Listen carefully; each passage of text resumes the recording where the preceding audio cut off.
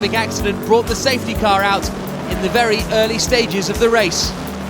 As ever in the Blancpain Sprint Series, the battling was relentless. Mateusz Lisowski passing Valdeno Brito to make up a position. After the safety car came in, Harry Procek continued to lead, but then he came in to do his mandatory pit stop, handing over to Jeroen Bleekemolen, which moved Max Goetz into the lead of the race. It was an incredibly slow pit stop though from the Lamborghini guys, and combined with a spin for Bleekemolen, it meant they were out of the running for race victory. But then the rain started to come down. Some cars gambled on wets, some opted to stay out there on slicks, and it was slicks that were the best option because soon the track started to dry and it started to come back towards the slick runners. Jeroen Bleekemolen was now in a class of his own as he made his way through the field. René Rast was looking racy, trying to get the lead of the race away from Max Buch. The HTV Mercedes leading the championship, but René Rast, the German in the WRT Audi, was pushing hard and managed to go around the outside of Buch at the chicane. An incredible manoeuvre, and it was Rast who moved the number 2 Audi into the lead of the race. It was then Dominik Baumann in the 76 Schubert BMW who was pushing Buch hard when Buch ran wide at the Masters Bosch and lost the back end of his SLS. The BMW managed to avoid him and slotted through into second position. It wasn't just up the front where the action was relentless. Throughout the field there were battles going on left, right and centre. Here Valdeno Brito looking to the inside and managing to make a move on Mateusz Lisowski in the Silver Cup WRT Audi. Despite pressure from the BMW, René Rast held on to take victory for he and Enzo Ede, moving them up to third in the championship, but it's still Max Buch and Max Goetz at the top of the standings. There were highs and lows for WRT in Zandvoort. Laurens Vanthoor and Cesar Ramos gambled on going on a wet tyre. It didn't work out for them, and as a result, they lost a little bit of ground in the championship hunt. Meanwhile, their teammates in the number 2 car, Enzo Ede and René Rast, took victory by staying out there on the slick tyres, and as a result are now up to third in the standings. But repeating that this weekend is going to be tough. Yes, for sure. We had good luck in Zandvoort. We had a good strategy with the rain, and so we finished P1 in the main race, so we will try to do the same here. It will be very hard, I think, but anyway, we will do our best. Grasser Racing won the qualifying race in Zandvoort, but problems in the pit stop and then a spin for Jeroen Bleekemolen meant that in the main race they really struggled and didn't get as many points as they would have liked to continue with their championship challenge. Jeroen Bleekemolen has never raced here before, so it's going to be a learning curve for him this weekend, but his teammate Harry Procek is confident that as ever the Grasser Racing team and he and his teammate can get the job done. We do try our best for the weekend for sure. We push for maybe first place after that, but first of all look that we have a good qualifying, good second free practice, and then we will see. All circuits what we have in a special way tricky, but this one is I think the fastest one what we have, and that makes it always very interesting. If you have a fast track, it's always much more difficult than when you have a small Mickey Mouse circuit. We're back to having 2 Royale BMW Z4s this weekend. As ever, David Fuminelli and Stefano Colombo will be in the Silver Cup, but this weekend we see the return of Alex Zanardi. He missed the previous round in Zandvoort because he was doing a handbike race, but at the Slovakia ring, a circuit that should suit the BMW Z4, Zanardi is excited to get back in the car. I look very much forward to get back in the car this weekend because it's a circuit that I love, but more than that is a machine that I've been missing a lot. It's now some time that I haven't driven, so yeah, I'm very excited to be here. The Slovakia ring is an incredible course, very fast.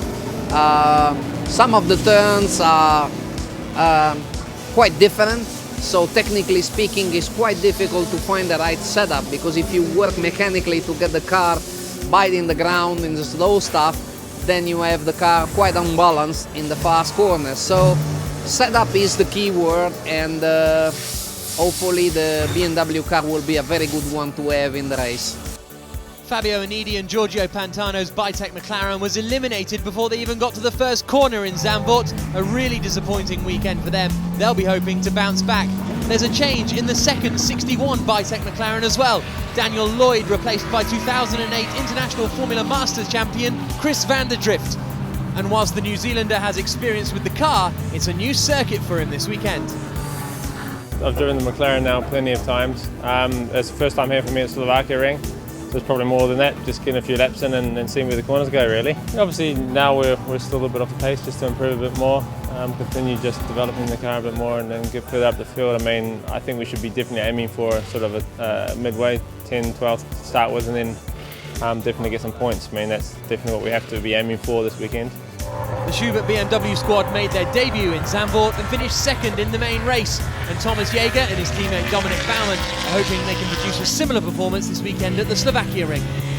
It's my first time here. It's a quite difficult circuit with a lot of which requires a lot of technique, and there are quite a few fast corners, and I think our BMW should suit well the track. The only problem is maybe the main straight. It's 900 meters long and we are not the best in top speed, but in the corners we should be very good. Stef Dusseldorp was disappointed with the way his home race went at Zandvoort. He and Sergei Afanasiev no doubt hoping for better this weekend. In the sister championship leading car, Max Buch isn't here at Slovakia ring this weekend. He will be replaced by Nico Verdonk, who will join Max Goetz at the wheel of the 84 Mercedes.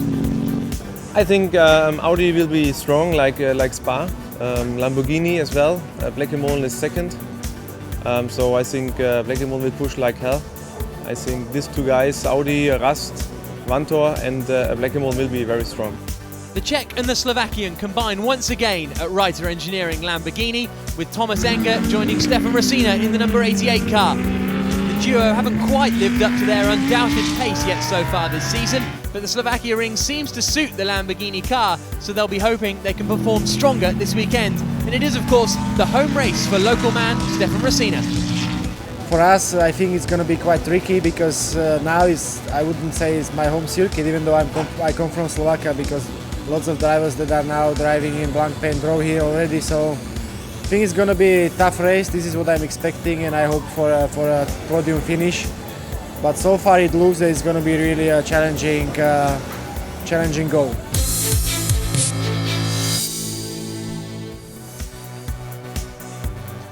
Good afternoon, everybody, and it is time for the qualifying race here in Slovakia, the fourth round of the 2014 Blancpain Sprint Series season.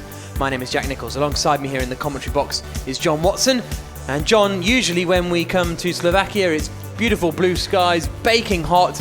The temperature's there, but there's a little bit of a twist in the air. Well, 22 Celsius, 26 track temperature, but my trusty weatherman, Vincent Boss, the boss of WRT, has seen rain is coming towards the circuit area, and in fact when it starts to rain he anticipates it's going to rain for the remaining part of the day. Here's a look at the grid. Laurens Vanthoor and Harry Procek on the front row. Then it's Marcus Winkelhock and René Rast on row 2. 3 Audis in the top 4. Then the first Mercedes, Max Goetz alongside David Fuminelli in the BMW. Thomas Enger will start in the Reiter Engineering Lamborghini. Alex Zanardi there 9th on the grid, just in front of Lukas Stoltz, the third HDP Motorsport car, a new entry for this weekend. Mateusz Lisowski will be in 12th place, the first of the Silver Cup cars. Andrea Montemini there in 13th place on the return for him. He missed the previous round in Zandvoort. There is Stefan Otelli, 15th on the grid.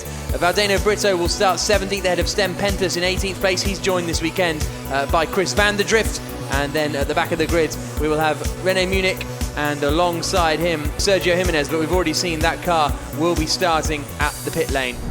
The safety car pulls into the pits and we're about to go racing in the qualifying race here at Slovakia. This is on board with Harry Procek. He is second on the grid, on pole in the black WRT. Number 1 Audi is Laurens Vanthoor. The second row is René Rast and Marcus Winkelhock as we go green here in Slovakia. 20 metres wide this start-finish straight, and you can tell because the cars fan out, and it's Harry Procek who has taken the lead. Sorry, Jeroen Bleekemolen who has taken the lead in that Lamborghini. The other Lamborghini of Thomas Enger was pushed onto the inside line, and there's a bit of contact maybe in the middle of the pack. Everyone just about squeezes through. We go on board with Alex Zanardi, but it's Jeroen Bleekemolen who's off, and that's a spin. Oh, and that's a big accident for the number 88 machine, which is the Reiter Engineering car of Stefan Rosina.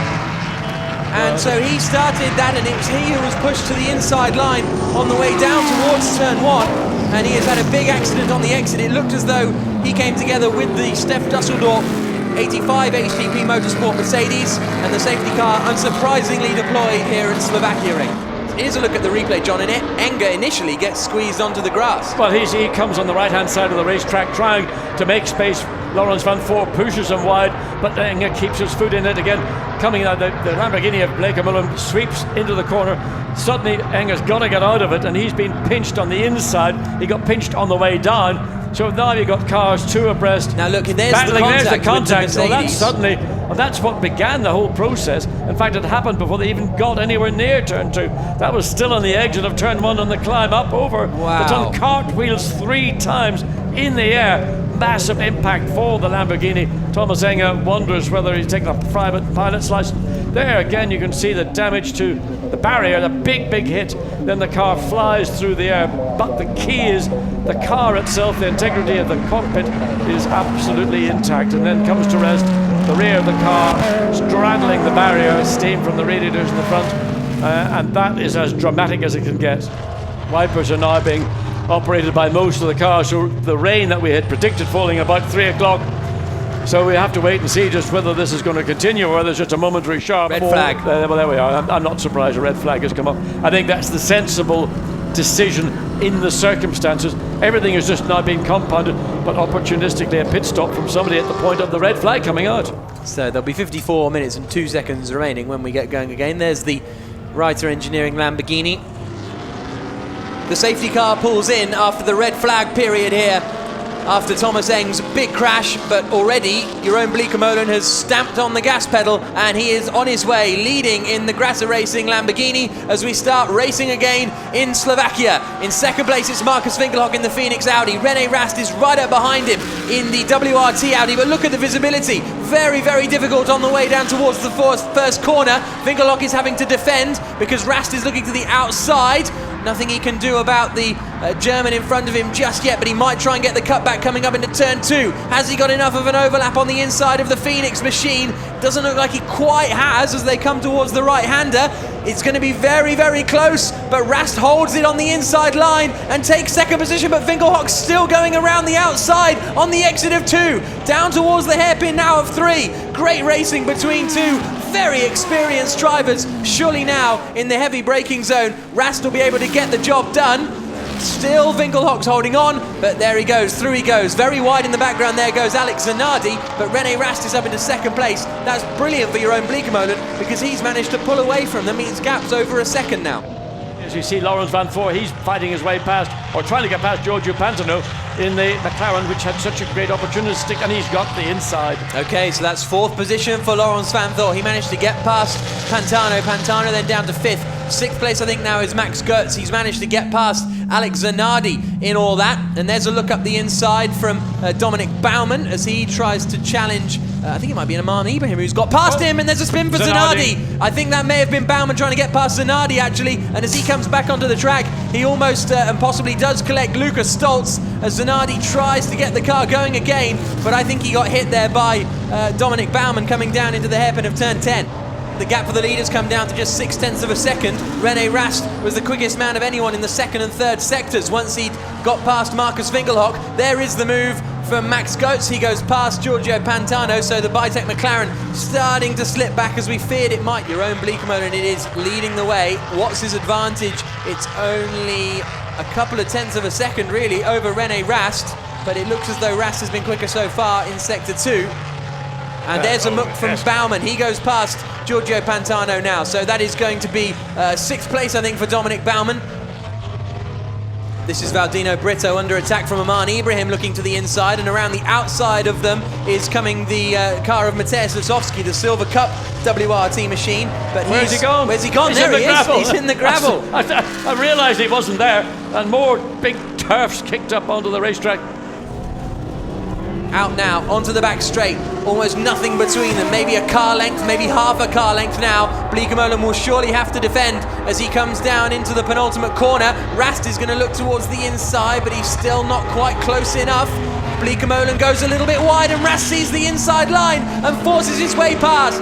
René Rast takes the lead of the qualifying race here in Slovakia, sees the gap, gets it done. Oh, and off that step Dusseldorp. Yes. A difficult weekend for him and a difficult race for him, but just gets worse and worse. Side-by-side action here as Giorgio Pantano loses out of position to David Fuminelli in the 34 Silver Cup Roa BMW. Now can Van Voor think about looking down the inside of Winkelhock? He goes defensive because Van Voor did it. He's going to go the long way around, but it's wet on the outside. Couldn't get that stopped, could he, Laurens van Voor? I thought he was heading to the gravel trap for a moment, but he just managed to get the car stopped in time as he attacks Marcus Winkelhock in front of him. The Phoenix Audi of Winkelhock We're on board with the WRT car of Laurens Vanthoor in 4th position at the moment. He'll be handing over to his teammate Cesar Ramos when the pit stop window opens. Oh, and there's Stefan Ortelli off again, and that is turn 8 that Ortelli has gone off at, and unfortunately that is probably the end of his race now. I mean, I'm going to give Stefan Ortelli a bucket and spade. He's enjoyed the gravel all day here today, Slovakia ring, and I mean, that's again an incident, driver incident, no doubt. Look at the rain. It is heavy. I mean, it is absolutely lashing down. And again, you can see it's just a blackout. It's all on the inside, Winkelhock. Winkelhock goes through. Does he pass Bleekemolen, or is there more grip out there on the outside? This is incredibly close, and Winkelhock goes through. Into 2nd place, we go on board with Vanthoor. He can hardly keep the car in a straight line as he swoops through to take 3rd position away. This is torrential. Well, I think we may well see the safety car being deployed. There's a yellow flag being shown. I don't know, that's because of there it is. Baumann. Bauman's gone off, and that is a real shame for the young Austrian. That is just after turn 1. So he must have, I reckon he's pirouetted, lost the engine, and it's getting restarted, and off goes the Ferrari of Felipe Salaquada. That's the reason why I think we're going to see a safety car deployment. And Pantano as well. Because the racetrack is saturated. Yep. Even these wet weather Pirelli tyres are struggling to try and give the drivers any level of grip whatsoever. Now these little bursts of rain come through, and they just dump massive amount of water. And then it goes again up the inside. Maximilian Goetz gets past Jerome Bleekemolen. You can see the Lamborghini struggling just to get any level of traction, grip at all. The safety car has been deployed. I wonder why it's been. Why did we have to wait so long? It was clear a lap ago. Look, there's René Rast in the number 2 Audi. What has happened to Rast? He's dropped well back down the field. So does that mean Marcus Winkelhock is now leading the race? Laurens Vanthoor will now be in 2nd place, and the cars will now pick up the safety car. Will we see them diving into the pit lane this time around? Some of the guys may choose to, but some of them may decide to stay out. And it looks as though the 76 car can't get going again. In comes Vanthoor. He's one of them to come in. And so why wouldn't Winkelhock come into the lead? I think that's Vanthoor and Rast coming in together. They're all coming in. Why wouldn't Winkelhock come in? He's going to now queue up behind the safety car. I don't know. I mean, there's no obvious reason. So in we come into the pits, and so far, I think Winkelhock is the only man who hasn't come into the pits. Maybe David Fuminelli is still out there as well. This is some really proper rain coming down here at the Slovakia ring as the cars head out back onto the circuit, and the red flag has been thrown for the 2nd time in the race. There is the grid behind the safety car, and it's Marcus Winkelhock's car that should be at the lead of these cars, but because Marcus Winkelhock... Well, we've just had a message actually on race control. Cars which have not done their... Cars that have not done their stop must do it the first lap after the restart, and so it seems that they're saying, fair enough, if you haven't done it, that's okay, because the safety cars come out, we accept that. You can do it the first lap after the restart and they won't be penalised, but they will be penalised because they'll be right to the back of the queue. So after our 2nd red flag period, the safety car pulls into the pits, and we will go 3rd time lucky here in Slovakia, as out across the line comes Enzo Ede leading the race. Into the pits comes Marcus Winkelhock to serve his driver change, but he's got Harry Procek right up behind him, Enzo Ede. It's Procek in the white and black Grasser Racing Lamborghini, looking around all over the place to try and get past. Nothing he can do. 3rd place then is Cesar Ramos. 4th is Nico Verdonk. 5th is Mateus Stumpf, who's taken over from Valdeno Brito in that BMW Team Brazil car. Running wide there was Cesar Ramos, but it's still Enzo Ede in the lead of the race for the time being as the cars crest the hill. You can see the order down the bottom there as they come into turn 2. The spray is pretty bad, but Enzo Ede has done a good job to hold on to the lead of the race for the time being. As we continue on board with Harry Procek chasing down Enzo Ede in front through the left-hand kink now at turn 4. Then the double right-handers of 5 and 6. René Rast, come on René. Oh, he's gone wide. Enzo was at the... that was Cesar Ramos. Yeah, Cesar Ramos. And the Mercedes Van Donk has got alongside, but Ramos is on the inside. He's just about consolidated. Van Donk dives on the inside into turn 8. Forces the issue alongside up now to turn 9. The Mercedes should have the advantage. Here they come towards the left-hander. The Mercedes is on the inside line and Nico Verdonk goes through. Ramos though tries to hold it all the way around the outside in these wet conditions, and he's done it. But it's Enzo Ede who is leading the race overall in the Pro Cup, and they're up to 3rd in the championship now, so a good, a strong race here as well, and they could really bring themselves into title contention going into the remaining 3 rounds of the season. I think Enzo Ede is benefiting from co-driving with René Rast. I think he's moved on to another level of ability and performance. Nico Verdonk again trying to find a way past Cesar Ramos, down into turn 13, but hasn't got the track position to make it even an attempt. So again, it's just where do you place your car? The Mercedes runs much wider, trying to straighten out coming through the final part of turn 13 to get power on earlier, to get the drive. But Ramos is strong at that part of the racetrack, and he's able to open up the gap as he comes onto pit straight. Well, there's the view from Van Thorp as he now comes right up to the back of Harry Procek, Ramos I should say, as he comes up to the back of Harry Procek down into the first corner. Is this going to be a chance for a cutback for the Brazilian?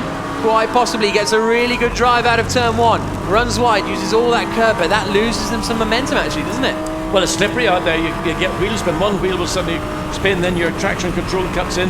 That also loses your momentum. It stops you getting into bigger trouble, but that's the danger of traction control. But look how much quicker he is through turn 2. This is an opportunity for Ramos to maybe catch Harry Procek slightly unawares into turn 3. Down towards turn 3, to the inside goes Cesar Ramos, not quite close enough, but it's getting very close, and Verdonk is right up behind as well. The next corner's a left-hander, so this sort of overlap won't do Ramos any good unless he can hold it for the next right-hander of turn 5. Looks to the inside line. Good move from Cesar Ramos. He gets past and up into second place. Great stuff from the Brazilian. Yeah, that was gutsy. He went the long way round, took the chance.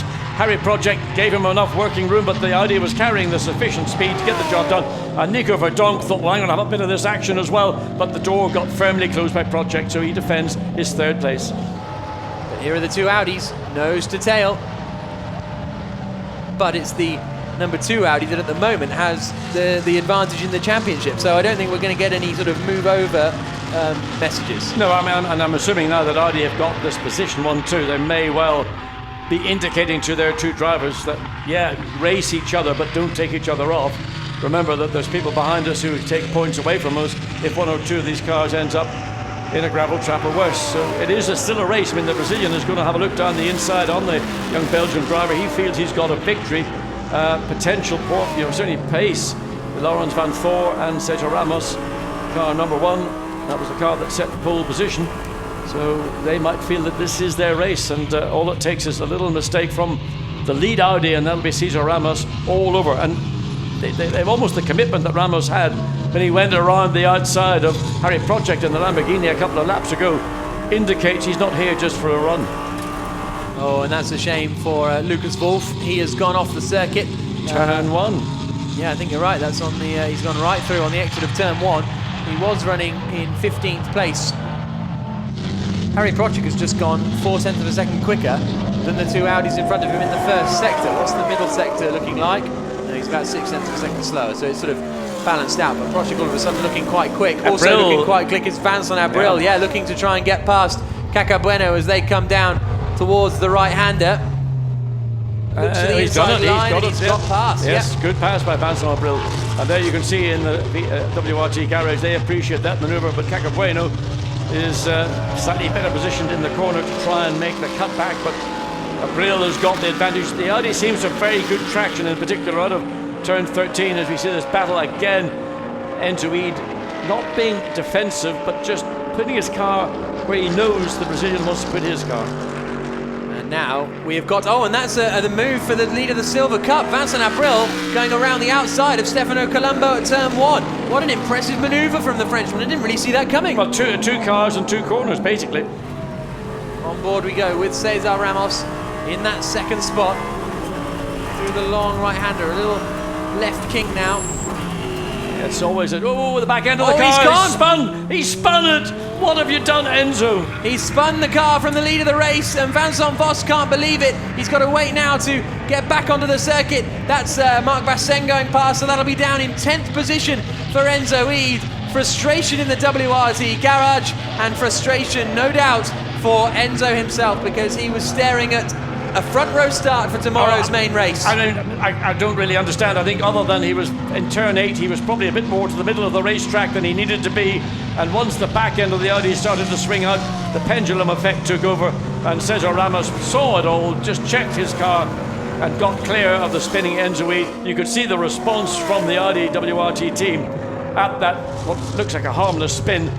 In that it's anything but harmless, because it damages the potential of Enzo Eid and René Rast in the principal race tomorrow afternoon. they're going to be really handicapped now, falling back. Wait to see where Enzo Eid comes across start-finish line. It is in 8th place. No, it'll be further than that because Bassen got past him as well. Zanardi even possibly. No, maybe not Zanardi. No, it's 9th place then for Enzo Eid, but here's the look from Vincent Abril. He's absolutely on it, and he's now gone past Matej Stumpf and is up into 4th position. Stumpf's fighting back though on the exit, on the run down now towards turn 2. The BMW has the inside line. Abril will try and squeeze him towards the inside. He may be able to try and hang on all the way around the outside here at turn 2, but he's not quite able to. Stumpf gets back past, but what a great scrap this is, and more concern in the it's the highs and lows really for WRT at the moment.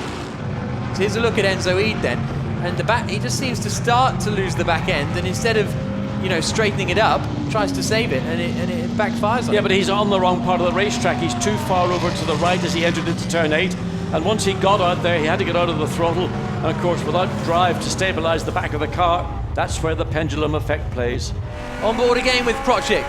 Now let's watch him. How much does he check out his mirrors? A little look there, through the left-hand kink onto the start-finish straight. There's the look as they come down towards turn 1. Just 0.8 of a second between these 3 cars, and Vincent Abril is maybe the man most likely to make a move. Currently in 4th position in the number 4 WRT Audi R8.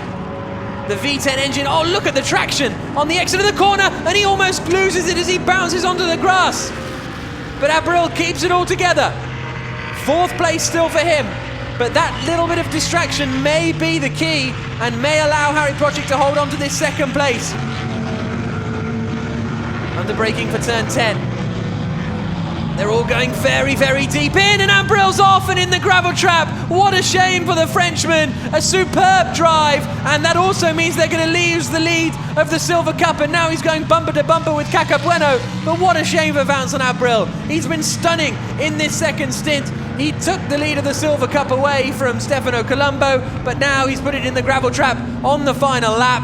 And through the final corner now comes Cesar Ramos. He and Laurens Vanthoor are going to win their 2nd qualifying race of the season so far. It's victory for WRT after an incredible qualifying race here at the Slovakia ring. He will be on pole position tomorrow. Harry Procik will start alongside him on the front row of the grid. 3rd for Nico Verdonk in the Mercedes. 4th for Matej Stumpf. 5th and winning the Silver Cup will be Stefano Colombo, with Vincent Abril finishing in 6th place, just ahead of Cacabueno. Here's the results eventually after the qualifying race here in Slovakia. It's the win for Cesar Ramos and Laurens Vanthoor, finishing 3.6 seconds clear in the end of the 2nd place car, Harry Procik and Jeroen Bleekemolen. That takes the championship lead down just a tiny bit to Maximilian Goetz, who finished in 3rd place with his teammate for this weekend, Nico Verdonk.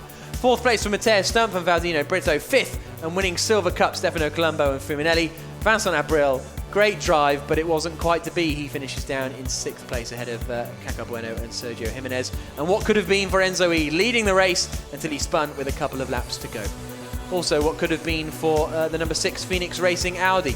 Marcus Winkelhock was in the lead of the race, but didn't come in when the pit stop window opened for some reason, whether it's him, whether it's the team, whatever happens, it means they finished down in 14th position.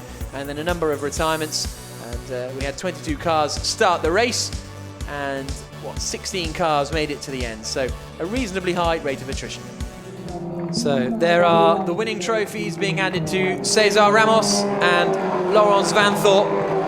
A 2nd qualifying race victory for Ramos and Vanthoor, but as they said to you down on the grid, John, they will be desperate to get their hands on a main race victory.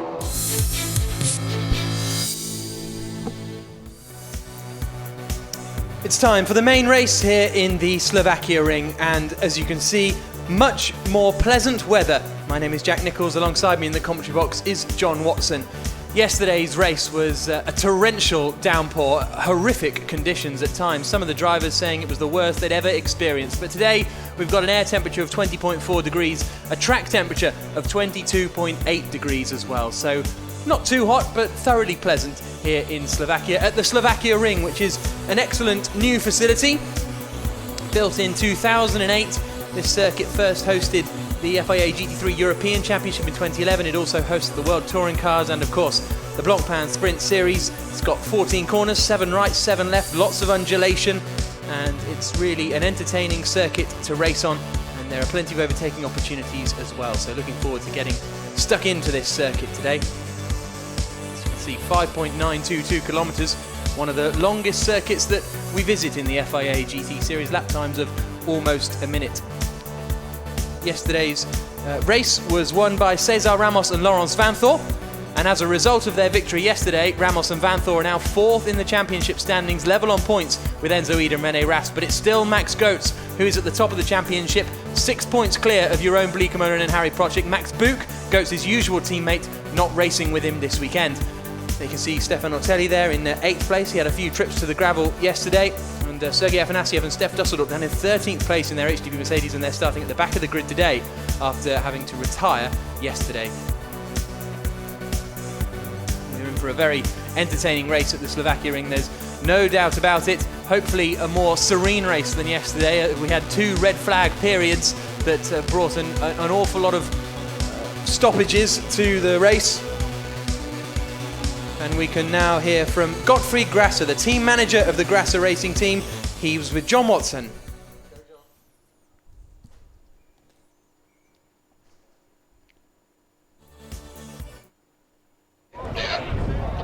Conditions is much more better for us here. In rain it was really hard yesterday, so we are happy that it's dry. So what are you expecting? Because we've got Ari starting. We saw what happened yesterday at the start in dry conditions.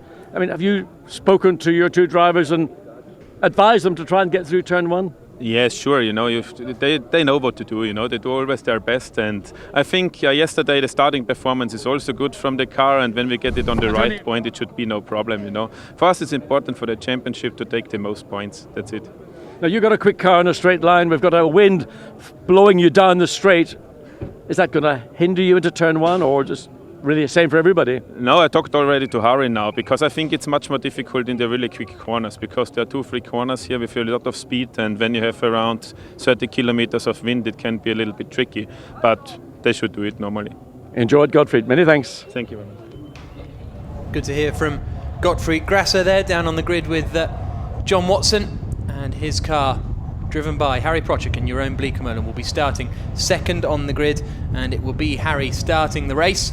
And yesterday we saw that car take the lead. A bit of drama. I can just see out of the commentary box window that one of the Royal BMWs is being pushed back off the grid. So we'll try and keep an eye out and find out exactly what's happened there. It's just to the left of shot here. You'll see some guys and girls pushing the BMW away from the start-finish straight. There it is. So I'm not quite sure. Well, it's the one that would have slotted in there, I imagine, behind the HTP Mercedes. We'll try and figure that out, but we can hear from Antonio Herman now, who is the man in charge of the BMW Sports Team Brazil squad. Antonio Herman, team boss here of Team Brazil. Almost Brazil-like weather on the 2nd grid position, road grid position. Yes, this weather is much better than yesterday, and we hope that we'll make a very nice race on the 2nd row, and let's see what happened today. But yesterday we had Sao Paulo-like rain. Today we've got wind. Is that going to help or hinder? Yes, sure. Today is much better to have a yacht, to enjoy the wind. And yesterday was a rainforest. It was terrible weather, but today everything is going to be better and going well. And everything okay with Car Zero? You had a fresh engine fitted yesterday? Yes, we changed the engine yesterday. The engine is much better. We checked the arm up today morning when the engine is much better than the other one, and we hope also with the Car Zero have a good position there. Have a good one, Benny. Thank you. Thank you. Thank you.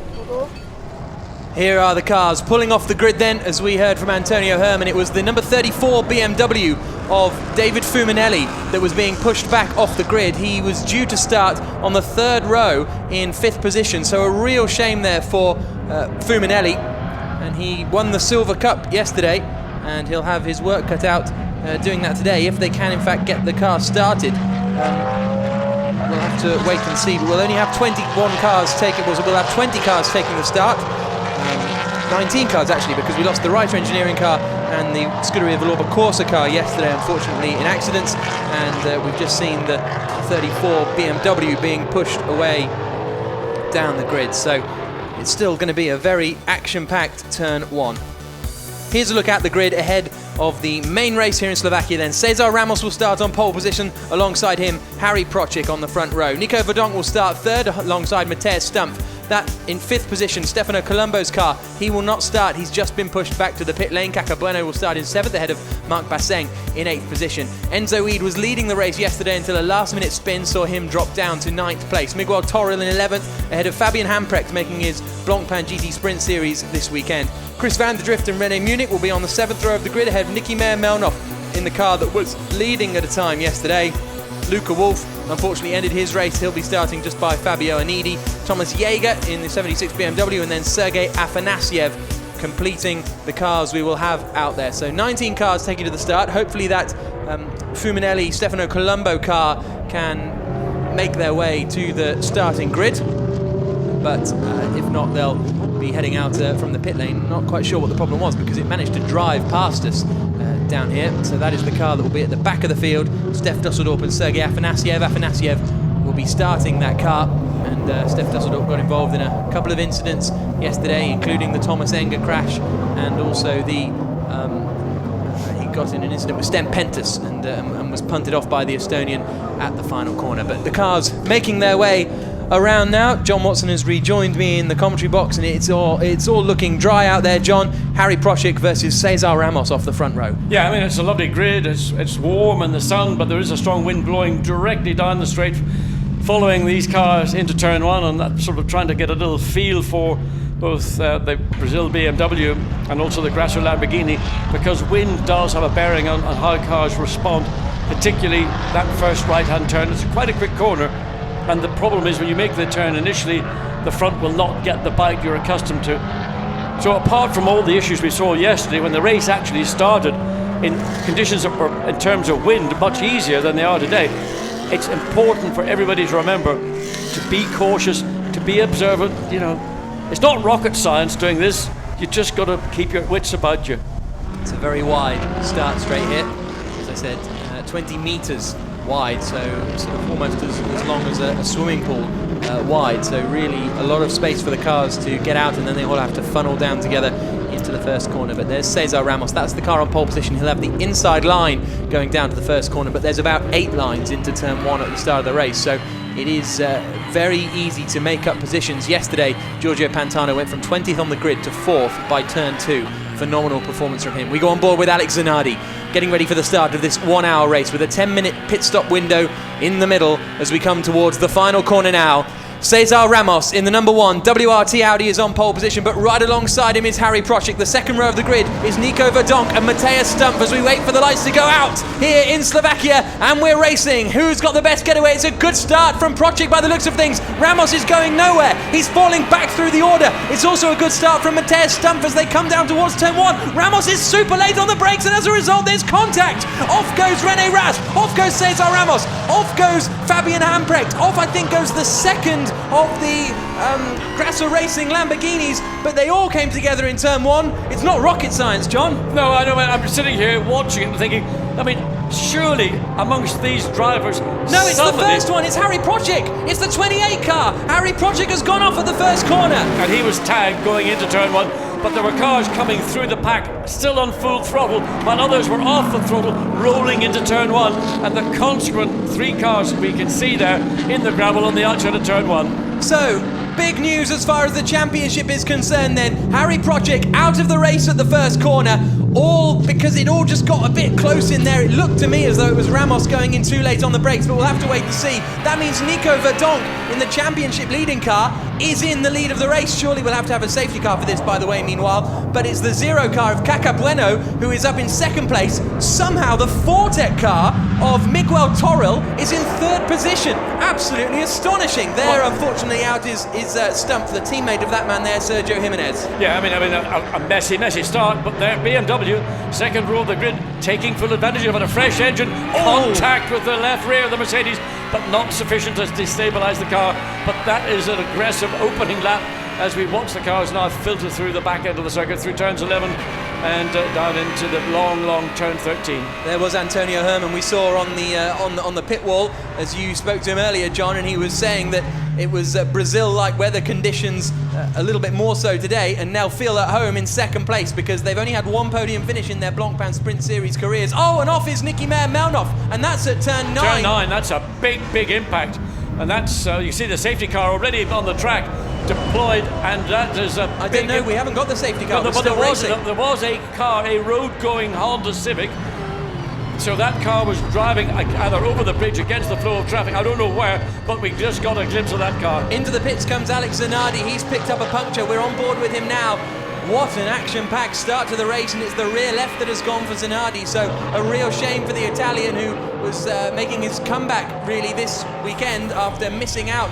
It looks as though that second row BMW hasn't gone back out onto the circuit either, so Stefano Colombo and David Fuminelli still out there. We're not under safety car conditions. The car that was out there is a little Honda Civic that is now, I can see out the window, making its way back around the track. What was a Honda Civic doing in the racetrack? That was just the course car that follows them around during the first lap. So it's all, but we're still, whatever happens, we've got Nico Verdonk leading the way. Caca Bueno there in the zero car, multiple Brazilian stock car champion, desperate to get past. These stock cars in Brazil are not like stock cars in the UK. They're proper V8 machines. They're proper racing cars, but they're a very close competition, and we're seeing close competition here between the Mercedes and the BMW. Nico Verdonk getting no chance to, just simply get over that first lap excitement.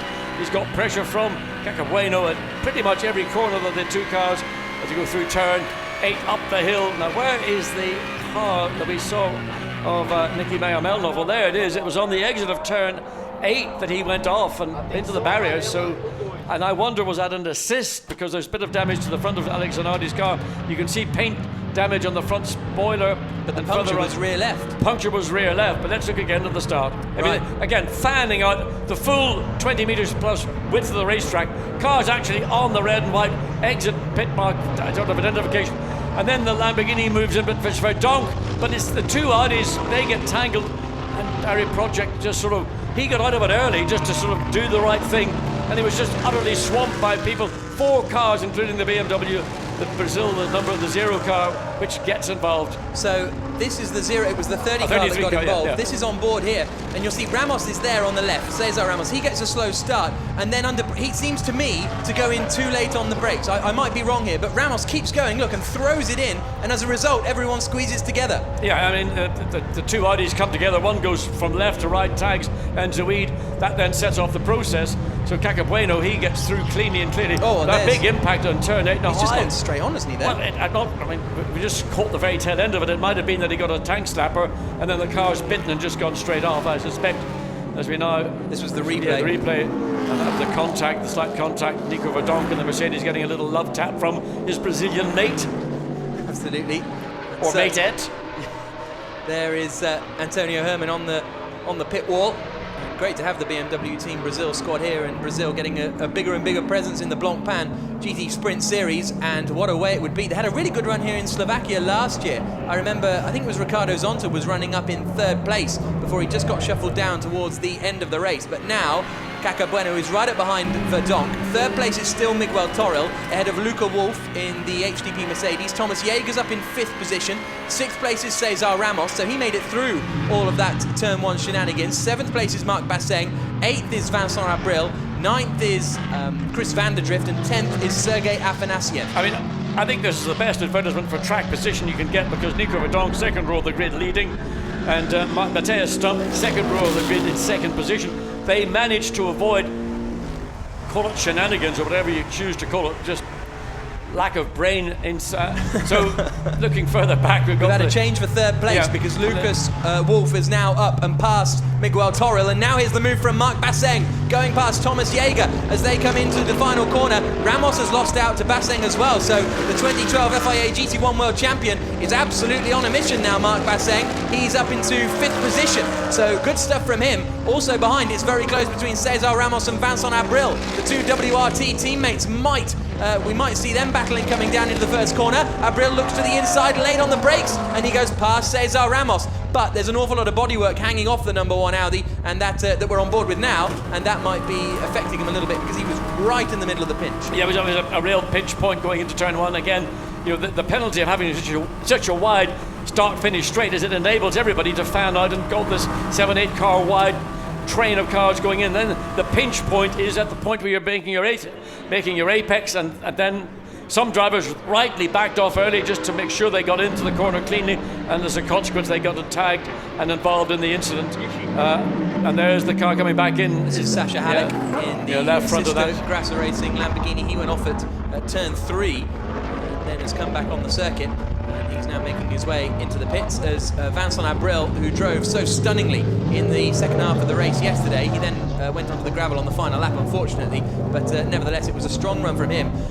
This is the battle for the lead, as into the pits for a new front left goes Sasha Halleck. But we're in this interesting situation now, John, where Audi and Lamborghini have been the cars to beat this weekend. They really suit this. And Zanardi's out of the race by the looks of things. A real shame for the Italian getting involved in that first corner incident. But we're in the situation where Lamborghinis and, well, we're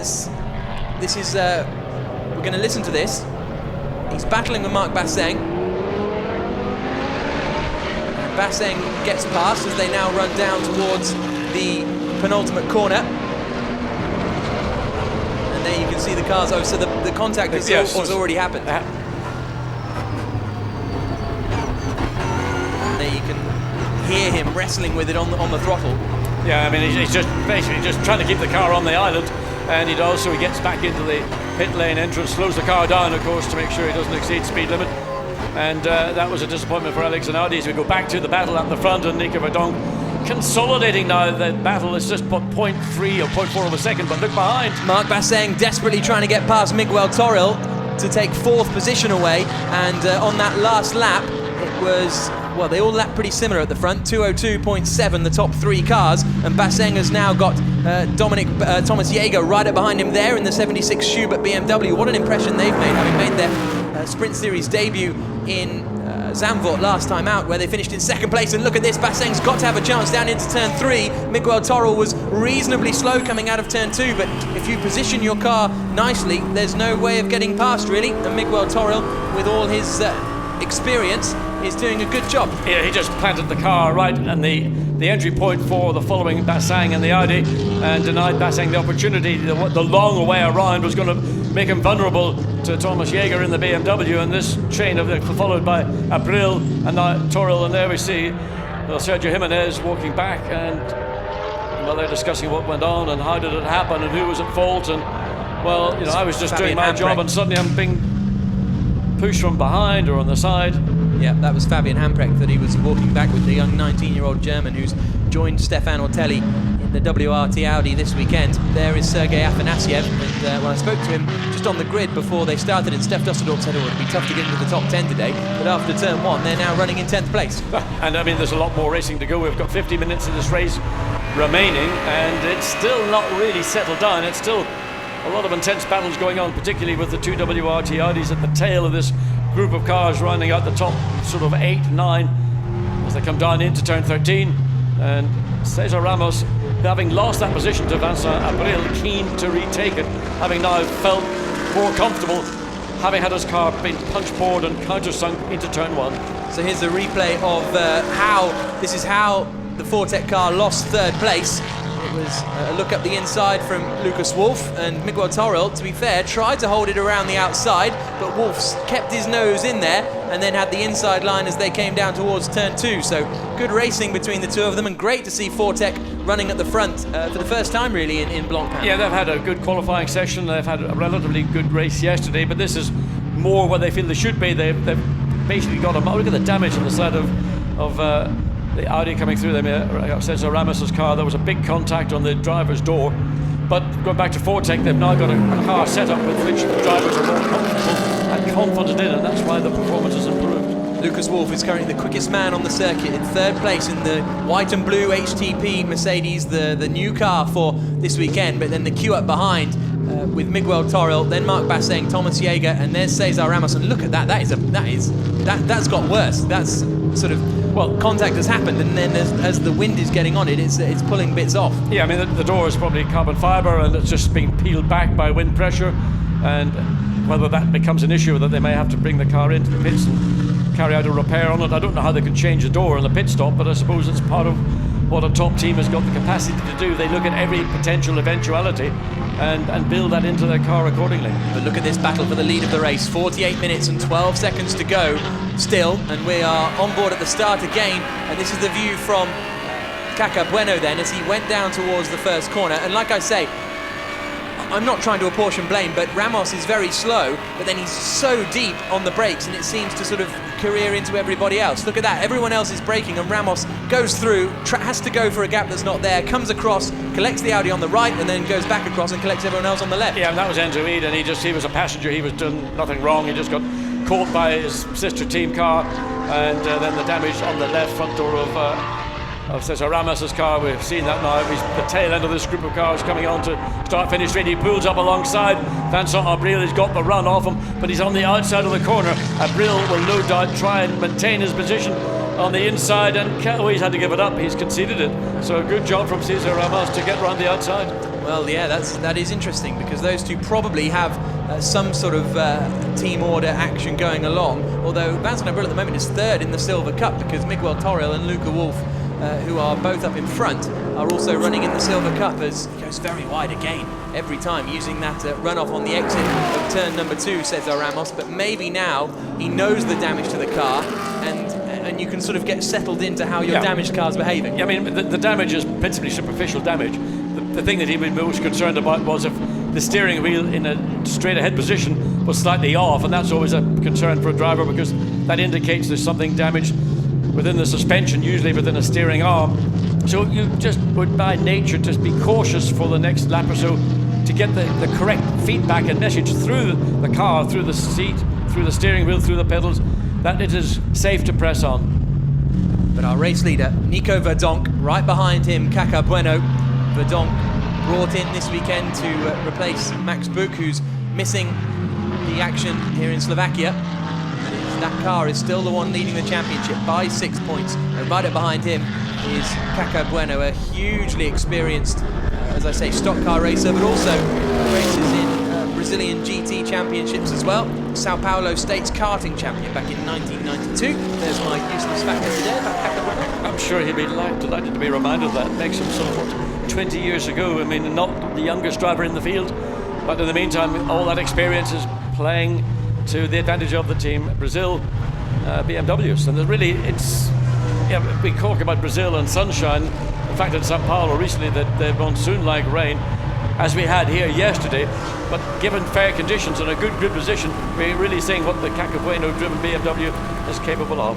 Message from race control is that car 1 is under investigation for the incident at turn 1 on the first lap. So that car there, Cesar Ramos, will be being looked at by the stewards, and we'll have to see what they say. I mean, we only had a view from the onboard camera of Caca Bueno's car, so there will be other camera shots, and that's where the stewards are able to look at it, analyse it, and if there's a penalty to be carried out, then it will be number 1 that will suffer it. But it looked to me so much to be a racing incident. Cesar Ramos had fallen back into the group of cars prior to getting into the corner, so whether he was pushed initially or whether he just pushed somebody else, I don't know. He certainly seemed to come quite aggressively across the front of the BMW and hit the side of Enzo Ede's Audi, and that was Enzo Ede out into the gravel trap and out of the race. Which is perfect news really for Nico Verdonk and more importantly his teammate Maximilian Goetz, because if they take the win here, that'll give them, they've got a 6-point advantage at the moment, but they'll pick up 25 points for a race win, so that'll give them a 31-point advantage at the top of the championship, because second place in the championship aren't going to score. Third place in the championship, which is Ede and well, it's joint with Ramos and Vanthor and Ede and Rast. Neither of them are going to score. Well, Ramos and Vanthor still may, but nevertheless, really good news for the 84 car. But that's if they win the race, because we've still got 43 minutes to go, 44 minutes to go, let's call it, and Caca Bueno is right up behind Nico Verdonk. And they've said all weekend, the Mercedes guys, that it's going to be very, very difficult for them this weekend. Look at the differing lines, that's very interesting, but the Mercedes is not the car to have around here. Well, the Mercedes is a very quick car, but just compared to the Audi and the Lamborghini at this racetrack, they feel that you need a mid-engine car here to be competitive. The Mercedes is mid-engine, but it's in front of the driver rather than behind. Caca Bueno, you can see in the BMW, took a totally different line into turn 13, using the bite that he's getting from the front of the car to hold the car in, whereas Nico Verdonk was taking the more traditional 2 apex line into turn 13. The advantage that the Mercedes has got over the BMW is probably a little bit more straight line speed. It's really from this point onwards in the exit of turn 2 into the second sector that Cacabueno is gaining back some of the ground lost on the high speed parts of the racetrack, because the BMW fundamentally is a higher downforce package. Now, under braking, you're going to see the cars closing back up again. And as you get into this more technical part of the racetrack, I mean, he's basically halved the distance in the space of that exit of turn 2 to turn 3. Again, under acceleration, the Mercedes pulls away, but into turn 5, and then the never-ending 180-degree turn 6. Again, look how much Bueno can carry speed into the apex, closes again right down, and that's where the BMW's applying its extra, in effect, downforce and balance and grip in these low-speed corners, almost onto the tail of the Mercedes coming through turn 8, then the acceleration down to turn 9, just about flat out. You know, it's always just tippy to balance as you get through, and we lead those two cars battling for the lead. We move on to Cesar Ramos, who is battling for 6th position with Thomas Jaeger. Looked like he was right up the back of the Schubert BMW, running wide just in front, kicking up a bit of dust is Marc Basseng, who's running in 5th place. Oh, and very late on the brakes, Vincent Abril.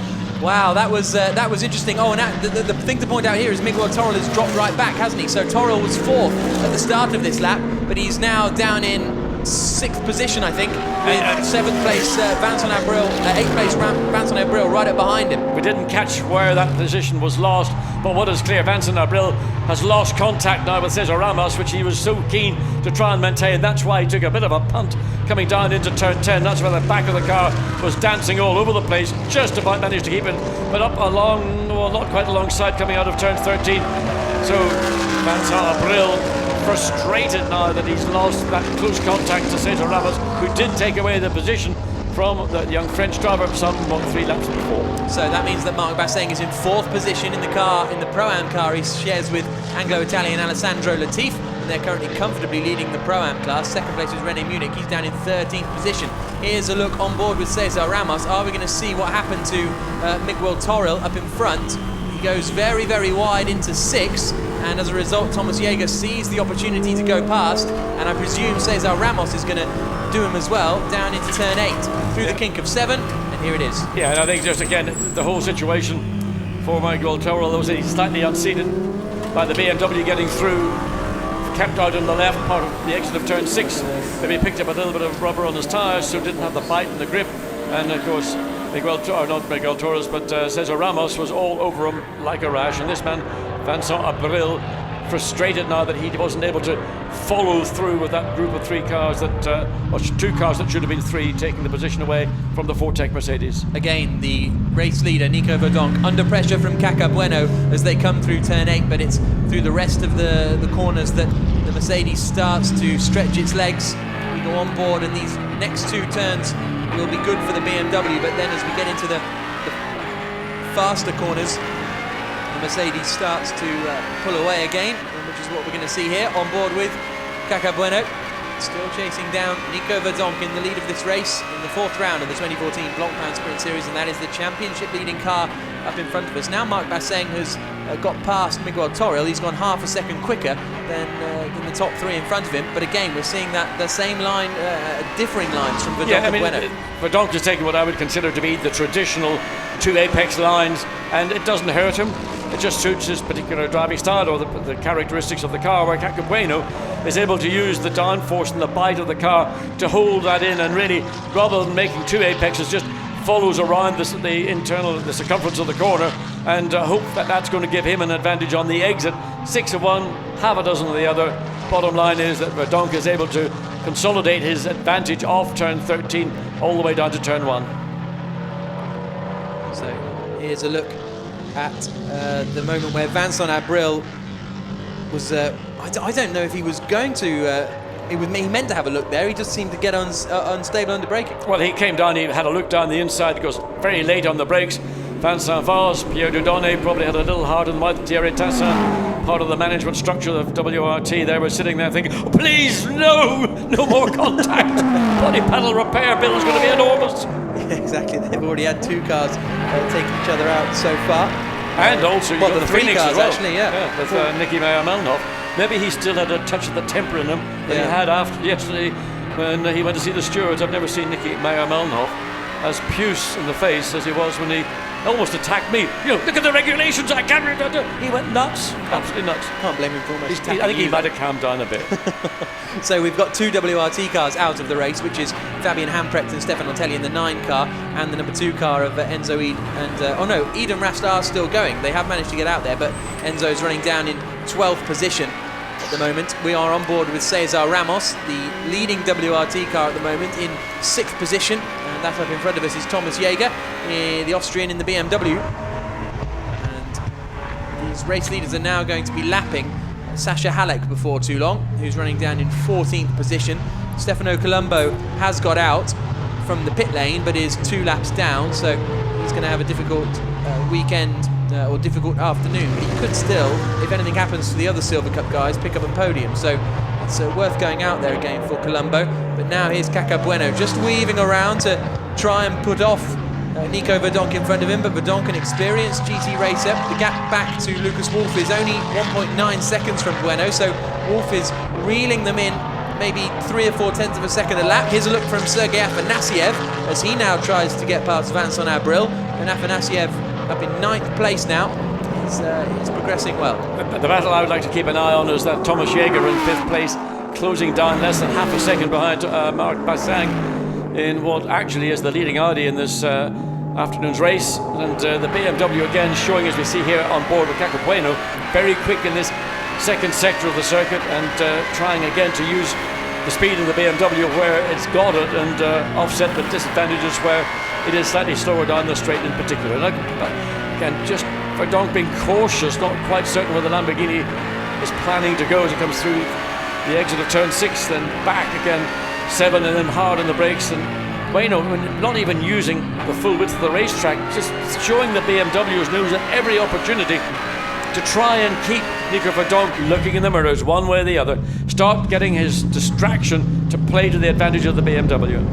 There are the drivers getting ready down in the pits, and Max Goetz we saw there getting prepared, and still closing in is Lucas Wolff in 3rd position, and in fact he's getting closer and closer every lap. So this could come into play, that the third HDP Motorsport Mercedes in 3rd place at the moment. A new entry for this weekend, and they're out there racing in the Silver Cup. Good to see more entries in the Silver Cup, which is a new thing from SRO this season, which is promoting silver-rated drivers under the age of 25. If they race together, they can get some pretty good prize money. But now, right up behind as they come across the line, is Caca Bueno, behind Nico Verdonk. It was 3 tenths of a second last time they crossed the line. It was now 2 tenths of a second coming down towards turn 1. But the BMW not particularly strong into the first corner, so he's going to be very, very brave if he wants to get past there. And also, the straight line speed isn't the BMW's strength. It's not as bad as it has been in the past. But what was clear was that Caca Bueno had got closer to the back of the Mercedes in turn 13 than it's probably been at any point. And again, out of turn 1, so I think that the BMW using its tyres a little bit more sympathetically than Nico Verdonk, who's had to be very strong in his defence. And Caca Bueno closer at every point on the circuit on this lap than anywhere so far in the 25 minutes or so this race has been underway. So the pit stop window is now open, which is a 10-minute section where all the cars have to come in, change driver, change all 4 tyres and head back out again. There's no minimum pit stop time. It's all about how quickly you can do it, and that's Max Goetz, who's going to be taking over the car that is at the moment in the lead of this race. But will Caca Bueno be able to find a way past as they come into the tight, twisty sections? This is going to be his chance if he can get up the inside into turn 8. Turn 8 has got to be the chance he's going to look for, and it's not made available to him. He goes back, tries to make the cut back. Now, can he get a run out of turn 8? But it's such a short sprint down to turn 9. Next opportunity is going to be a very brave one on the exit of turn 9, up and over the tunnel, and then the drop down into turn 10. And watch for Caca Bueno. Is he going to take the punt, or is he going to think the better of it? Thinks better of it for the time being anyway. And the thing that BMW might have to their advantage is, I'm imagining Verdonk will come in quite soon to hand over to Max Goetz, because I think Goetz is potentially the quicker of the two, whereas Caca Bueno may be confident he can stay out there for a lap, put in a quick lap time, and perhaps gain the edge. Well, if I was in the BMW position, assuming that we're going to see the Mercedes come in at the end of this lap, Nico Verdonk hand over, as you mentioned, to Maximilian Goetz, and he is coming in, because there's the outside line that you take to make the pit lane entrance.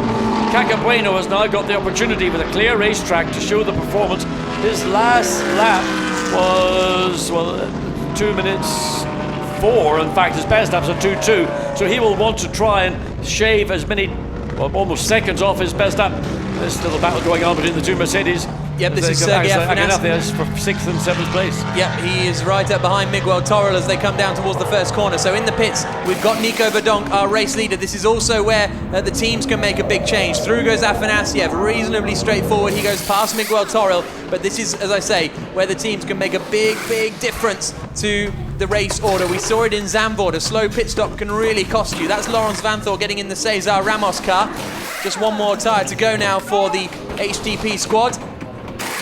Goes on, that looked pretty clean. Engine fires up, and away he goes. So that was a good stop from HDP. Yep, and they will be happy with that. Get back out on the track. Hopefully they get out at a part of the track where there is relatively little traffic around them, and then with the fresh set of tyres on, well, there's just one car ahead of them. One is the Renault Munich. Yeah, Mercedes. So that'll not be a particular issue.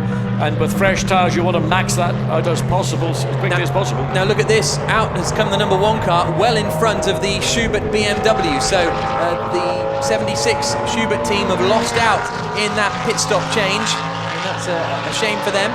But Dominic Baumann now at the wheel, who won the first ever GT race here in 2011. But here is the man, Caca Bueno. He's the man who's got to put the power down. And actually here at Slovakia Ring last season, it was the Brazilians who did the quickest pit stops of anyone. Do you remember we saw them celebrating halfway through the race? We wondered what it was about. We thought it was carnival time. Exactly. Anyway, keep an eye on Caca Bueno. His last lap was 2 minutes 04. His best is 2.02. I'd like to think he's going to do somewhere in the 2.3s or maybe even a high 2.02 point something. But look at Wolf. You just saw the graphic there. Wolf is closing in on them as well. Jimenez surely will be taking over on this lap. And that means Lucas Wolf is going to stay out there and inherit the lead of the race in the HDP Mercedes.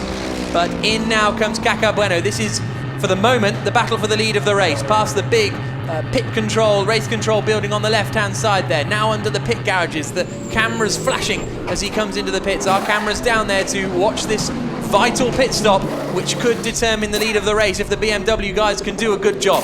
Into the start, the left rear, work round to the right rear. Watch that wheel, it might have been a problem. They've got to then go forward. I mean, it is such a demanding task. These guys doing these pit stop changes, I've got to drop wheels, pick up wheels, do it in sequence, get it right. Good stop. So, I mean, that's a great stop for the Brazil. They're going to be back out ahead of this, what was leading Mercedes-Benz, because well, there it is. The BMW is rolling, waiting for the Mercedes to come out of turn 14 through 13, and it's going to be, well, side by side as they come into turn 1. Great effort by the Brazil team. But here we go then. Sergio Jimenez drops the throttle. It's going to be very very tight because the Mercedes is at full racing speed and the Mercedes holds it for the time being. So that is the 84 car back into the lead then. But we've still got a few more pit stops to come. Lucas Wolf in the second HDP machine has to come in. Good stop from the Brazilians, but not good enough. It's still now Max Goetz who is in the lead of the race instead of Sergio Jimenez once the pit stops all filter out. Yeah, looking down through the field, we've not got Rennie Rast in car number 2. He's just set fastest sector times. Sector 1, Maximilian Goetz is fastest sector time in his outlap, and sector 2 now fastest sector time in sector 1 to the Mercedes driver. He's gone off. That's Laurens Vanthoor on the exit of turn 2. So he must have run wide, got on the gravel, and then struggled to sort the car out. Well, I mean, he's gone way wide. I mean, he's been off the racetrack, over the tunnel, and just came back onto the racetrack before he turned into turn 3. Yeah, big moment there for Laurens Vanthoor, the defending look champion. At the grass. He's going to have a problem with overheating if he's not careful, because that car, that's the best grass cutter you can see this weekend at Slovakia Ring. Looks more like a grasser car. Sorry. Oh, I mean, he's way off on the gravel. That's a fundamental. I mean, you don't often see Laurens Vanthoor lucky not to tag the barrier, so he just gets to the tunnel and then drops down. But the amount of grass at the car's side by the front splitter may well become an issue with 28 minutes of this race to go.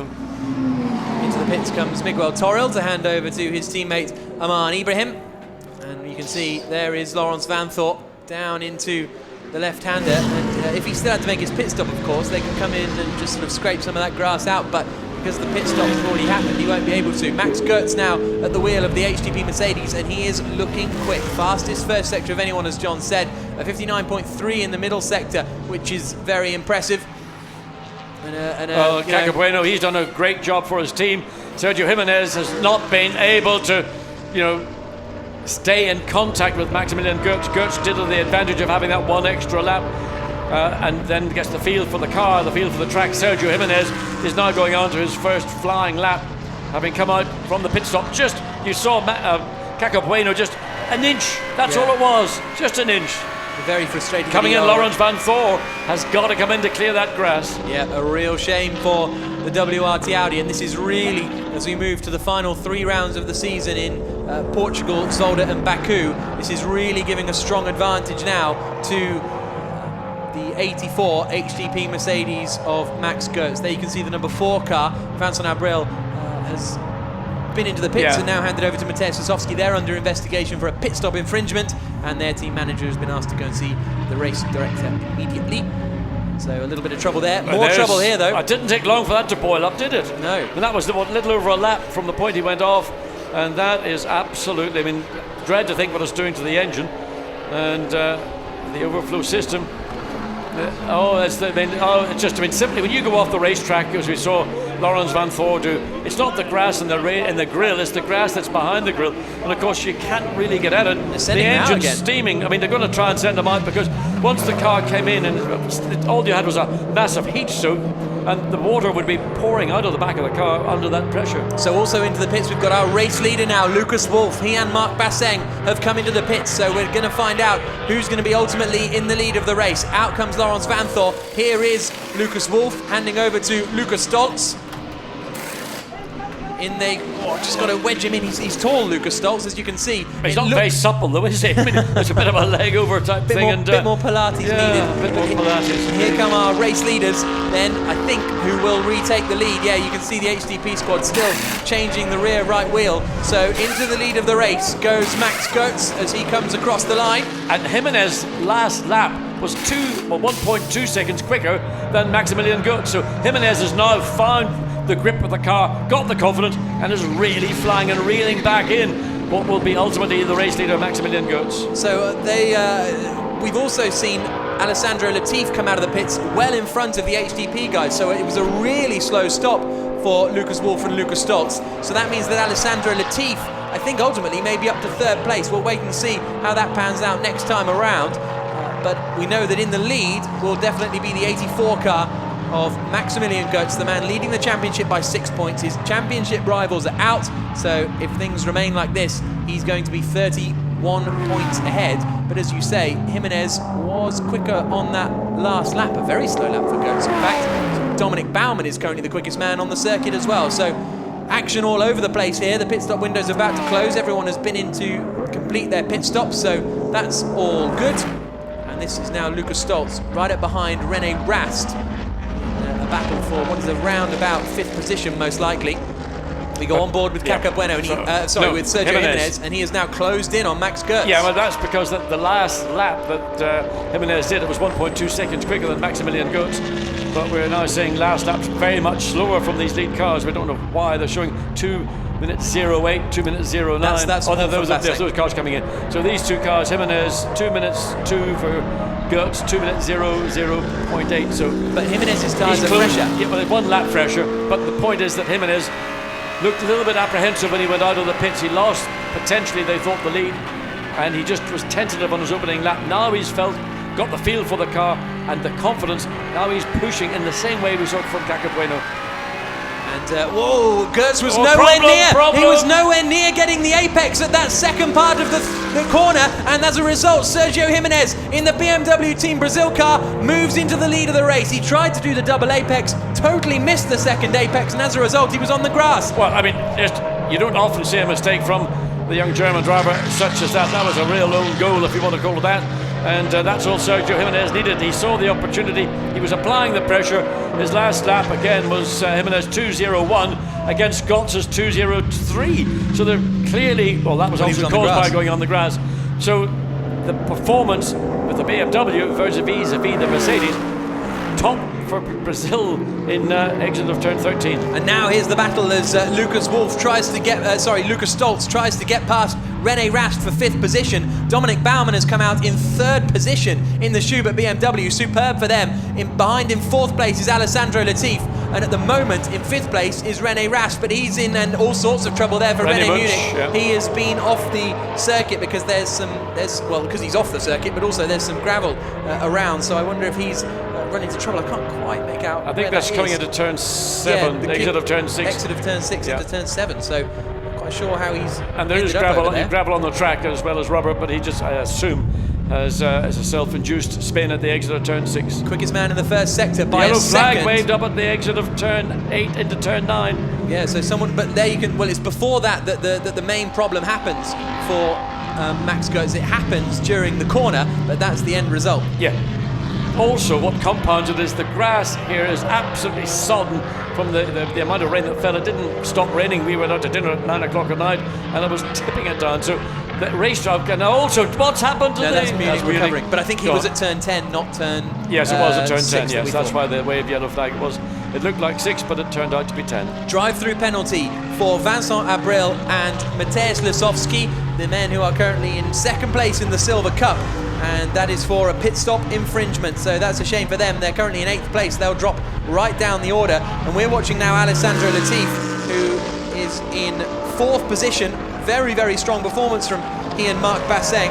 What are Latifi's lap times like? 2.3 was the last lap for Latifi against a 2.0 for Baumann. Baumann is the quick car right He's now. flying. The two BMWs, Jimenez leading, but Dominic Baumann, fastest first sector of all in this last lap, 2 minutes 0.0420 by, well, half a second almost, the quickest lap pretty much, well, almost quick lap. Baumann's got a 2.001.32 and a 2.00420. He is flying. Yeah, very, very quick stuff from Dominic Baumann, but he's 5 seconds off Max Goetz in 2nd place, so he'll need to keep that pace up for quite a while if he wants to haul in the race leaders. There's Steph Dusseldorp now at the wheel of the 85 Mercedes. They're still in 10th position, but here is the flying young Austrian Dominic Baumann, 2012 FIA GT3 European champion, alongside Maximilian Buch in the Heiko Mercedes, and he raced with Grasser Racing last year alongside Harry Procek, but now for this season he's switched to Schubert's. But there's our race leaders, the Brazilians, Sergio Jimenez and Kaká Bueno. But you can look at the gap time is taken out down here. As I'm just going to point out, the last lap across, the gap between 2nd and 3rd was 5.1 seconds. It's probably been just about half, maybe 3 seconds as they come down into turn 10. So the BMW of Brazil, Team Brazil car, just beginning to eke out that advantage is now on the last lap just over 2 seconds. It's probably up to nearly 3 seconds. And then there's going to be a threat coming from Dominic Baumann in 3rd place, so Maximilian Goetz, whatever his issues are, and I don't think that was a driving error, he missed it because he couldn't get the car to respond, so maybe something he's not happy with, and that's the reason why he ran wide. So very impressive performance from Dominic Baumann. He'll be closing in. See, the BMW, Dominic Baumann, nowhere near the apex of turn 13, but the car has got the bite to stay on track, whereas the Mercedes just seem to be being drawn wider, and I wonder whether there's something that we might find out later, either from the team or hopefully maybe when we get down to the Parc Ferme, as to what was the problem for Maximilian Goetz when he ran wide. There are the Schubert squad, and there is Thomas Jaeger, the man who has joined Dominic Baumann in that 3rd place car, and the gap is now down to 3.2 seconds between 2nd and 3rd place, and he's only 5.6 seconds off the lead of the race with 19 minutes still to go. So this is really strong stuff from Dominic Baumann, but how long can he keep it up for? That's the question. Well, it was 5 seconds. The previous lap is now 3.2 seconds, so he's taken the thin end of 1.8 seconds out of the 2nd place Mercedes-Benz, the car we're now looking at. Maximilian Goetz lost the lead. You can see again his car suffering from the same thing that we saw from Laurens van Thor. He's picked up a lot of grass on the left front of that Mercedes-Benz, and whether that's going to have an effect on the cooling of the Mercedes. It's not just the engine cooling, but it also gets into the brake ducts, and anything that's very vulnerable around the front of a car, go onto the grass. As we look again, the brake ducts don't think are going to be a problem. It just might have caught the bottom of the water or oil cooling radiators on the Mercedes. Much less of a problem than we saw with Laurens van Thor. Yeah, it's not steaming for one thing, but down to probably just under 2 seconds coming into turn 10. So Dominic Baumann is just chewing up, taking 1/10 of a second every corner around this 5.9 kilometer, let's say, lap 14 corners. Great racetrack, lots of high-speed elements, some slow parts, middle section very technical. sections 1 and 3 more aerodynamic and therefore more about straight line speed. So there we saw first, second and third coming through. Sergio Jimenez in the 0 BMW Team Brazil car, Max Goetz in second, Dominic Baumann there in third place, and well, the gap, as you say, was 3.2 seconds. As they come across the line this time, it's down to 1.1 seconds. So within this lap, Baumann is going to be right under the rear wing, but will he be able to find a way past? Exactly, it's going to be the same situation that we saw with Caco Bueno, that there's going to have to be an opportunity, an error or something for Dominic Baumann. He's got the pace to close down the Mercedes without any difficulty whatsoever, running in clear air. Now he's closing down to the rear of the Mercedes as usual. The aerodynamic effect comes into play, and also it's the pace the Mercedes is running at. You lose your momentum, so he's got to choose very carefully where he thinks his greatest strength on the 5.9 Calone. He runs very wide into turn 3 and slightly wider than I would have thought he might have chosen to do. This is interesting too. Look, Jimenez is in the same BMW car, consistently slower than Dominic Baumann as well. So Baumann not only closing on second place Mercedes, which you may expect, but is also closing in on race leading BMW. Yes, but Jimenez is not under pressure. He's got a 3.2 second advantage, and it's an extending advantage, so he's just driving within himself and within the car's performance. It's really going to be this battle that's going on for second place with Dominic Baumann now almost in a position to think about, well, I've got an opportunity over the top of the hill, down the inside into turn 10. It's a risky place to do it, but he gets alongside and he makes it look so easy. Carried so much speed through turn 9, didn't he? It was incredible. He just breezed up to the back of the Mercedes, and Dominic Baumann is now up into second position in the Schubert BMW. Did I read it like a book, or was it you read it like a book? I don't know. It's because you got those glasses and you can wear your sunglasses over the top of them as well. So it's a second place now for Baumann, and off is Aman Ibrahim, the Indian racer, sliding off through the grass, and it looks like he'll be able to recover. No, he's somewhere in the Slovakian countryside, not quite sure where. Well, he's lucky he's not in a cornfield. He's coming out of turn 8. So suddenly he got all wide coming out of turn 8, used the curb and got caught out as a consequence again, going through the grass, and wonder why much of the Mercedes has been turned green as we look back. Is that Lawrence? No, it's not. Cesar Ramos' No, that car. is, yeah, so Ibrahim's recovered and he has now lost out to that man, which is Mateusz Lasowski, who has moved up into 9th position. So it's 8th now for Steph Dusseldorp in the HDB Mercedes, 9th for, and here's the battle now. Through on the inside goes Lucas Stoltz. He goes past Alessandro Latifi and takes 5th position away. René Rast has already got past the Audi as well, so René Rast is up into 4th place. There you can see the number 2 car turning through the second corner, and here's a replay of the pit stop of number 86, and we're going to see what happens as the mechanics hand over the wheels, and that is Lucas Wolf, who is walking away from the car. Lovely slow-mo action, and I think we're going to have a bit of a collision here somewhere. Mechanic picks up the wheel, and oh dear, here comes the contact, John. Wheel into the back of the legs by the looks of it. I mean, the mechanics, Wolf goes down. Yeah, well, he didn't expect the driver to be sort of making his way into the garage at the point. There you can see there's frustration. Well, I mean, you know, whose responsibility is it? The guy taking the wheel off has got to get rid of it as quick as possible. In my view, Lucas Wolf should have been a bit more on his toes and got out of the way, and not got into the way in the first place. So through now over the start-finish line comes David Fuminelli, who is currently down in 13th position, and just up in front of him is Laurens van Thort, who's in 11th place, but a lap ahead of Fuminelli. But meanwhile, we go back to look at Lucas Stoltz in 6th position, a couple of tenths of a second really behind, or maybe up to a second now, behind René Rast, who has climbed into 4th place. So René Rast looks to be the big winner. I mean, you remember that car was off the track in turn 1, and I mean, we thought it's got to be out, and I mean, Enzo has done a very good job to recover it. René Rast has taken it forward, has got that car up into 4th place, albeit 16 seconds behind Maximilian Götz now in third place. Dominic Baumann on that last lap took 1.3 seconds out of the lead of the race. So this time around, there's going to be about a second between Jimenez and Baumann for first position. That's going to be very, very interesting to see with just 13 and a half minutes to go here at the Slovakia ring. There in 8th place is Stef Dusseldorp, the car that started in 19th position on the grid. So I think 8th place for them will be reasonably satisfactory. But here's our race leader, Sergio Jimenez. Plenty of GT experience for him. There you can see 1.2 seconds on the last lap. Only 4/10 the lap before, but I think that was the one he was overtaking the Mercedes on, and then 1.2 seconds before that as well. So Baumann is coming, but 13 minutes to go. And as I say, Jimenez, very experienced racer, plenty of GT racing experience. He was actually Lewis Hamilton's teammate in Formula Renault back in the UK, so he knows what he's doing, Jimenez. I mean, well, Jimenez knows what he's doing, but so does Dominic Baumann, and we saw that great overtake opportunistically a lap ago over the top down into turn 10, and Brazil, who thought they had this race fairly comfortably in control, particularly with Maximilian Götz in second place, and maybe not realised or focused quite so much on Dominic Baumann, who is now chewing into the advantage. 7/8 of a second a lap on the last lap. We've got 12 and a half minutes of the race remaining.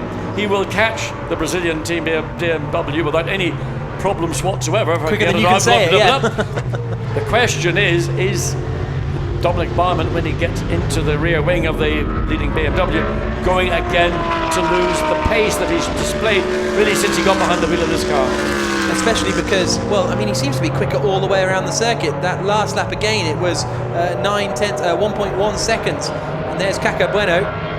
He looks a little bit almost resigned to defeat at the moment, but less than 12 minutes to go here at the Slovakia ring. This race has flown by, especially compared to yesterday. There's always been something going on over the crest of the hill, down in towards turn 2. But it's going to be more difficult for Baumann surely to pass Jimenez because they're in the same car. Yes, indeed. But what Baumann has been able to do is just consistently lap quicker than Sergio Jimenez, who we thought was doing a brilliant job in this Team Brazil BMW, getting ahead of Maximilian Götz. Now Jimenez is under pressure. The gap is down to 1.5 seconds as they now come through the tail of the circuit, coming through turns 11 into 12 and so into turns 4 and 5, now coming into this long turn 6. And Baumann has been able to chew up the advantage in this middle sector where the BMW is inherently the strongest car probably in the field. And even though, look, you can see the gap now down to probably less than a second as they go through turn 8. And Baumann will be pumped because he knows the pass he made a couple of laps earlier on the Mercedes over the top of the tunnel down into turn 10 is the move he's going to try and use with the same effect on Sergio Jimenez. Jimenez still taking the traditional line, staying well to the right of the track, coming back, but Baumann knows that if I can just be in the right position at the right time and not give away too much, because Jimenez doesn't know the pass that Baumann made on Götz. Yeah, absolutely. After I said all that. Baumann is right up now behind Jimenez. Really, this is a really impressive drive from Dominic Baumann, no doubt about it, because that Schubert BMW has got some serious pace this afternoon. 10 minutes to go as they come across the line to start the 25th lap of the race here in the Slovakia ring, and this is the battle for the lead. Sergio Jimenez and Dominic Baumann are running in first and second places. It's Jimenez in the BMW Team Brazil car. Behind him is Dominic Baumann in the 76 Schubert BMW. Third place at the moment is Max Götz, the championship leader. Rene Rast is running in fourth place in the WRT Audi, and fifth at the moment is Alessandro Latifi. Sten Pentas actually doing a good job in sixth place in the Vitek McLaren. Interesting watching these two BMWs battling now for the lead at the pace that Dominic Baumann has. The car that is currently leading, the Zero car, we know had an engine change, and we heard from Antonio Herman that they were very happy with the performance from the car. But you know, look how much Baumann, when really he is picking up time. I suspect it's at every part of the racetrack where there's a corner or under braking. Probably not a lot of difference in straight line performance between the two cars, other than Baumann is marginally quicker off turn 13, for example, down the main straight into turn 1. But it's just simply that Baumann has got a balance in that car, and he's got a grip factor which doesn't appear to be the case of Jimenez. So let's see, can he do to Jimenez what he did to Götz into turn 10? That's what I'm waiting to see. Not this lap, he's not close enough as they go through turn 9. up the hill, and this is where Baumann made the move then down into the hairpin at turn 10, and he's showing his nose, letting Jimenez know that he's there, and it looks as though Jimenez went in a little bit deep, but I think he's just taking that wider line in that he always does. But now they're absolutely nose to tail as they come out onto the back straight through the left-hand kink at 12 and down towards turn 13. And this could be an opportunity for Baumann. We've seen a few cars get their nose up the inside, even if they're not close enough under braking. Looks to the inside line. Jimenez brakes, turns in, but really hug the inside line all the way around. Surely he's got to, otherwise Baumann will be there. Yeah, but Baumann is there. If I was in Baumann's position, I wouldn't be showing my hand, because the place I think he's got that's going to be the surprise pass for Sergio Jimenez is over the bridge down into turn 10. By indicating that you're prepared to come down the inside before you're in a position to execute it, you're giving Jimenez a signal that you are prepared to try and do something, so he can then think from a defensive perspective, come over the top of the tunnel, plant his car right in the middle of the racetrack. So it's all about strategy and thinking about how can I outmaneuver, outthink the car that I'm chasing or the car that is chasing me. But watch into turn 3. This is again where Baumann is really, really competitive. And he's not close enough to make a pass, but he's certainly close enough to put pressure on Jimenez as they come down into. Look how much he makes up under braking, and just the front end bite of Baumann's car clearly is giving him more grip than we're seeing from Jimenez.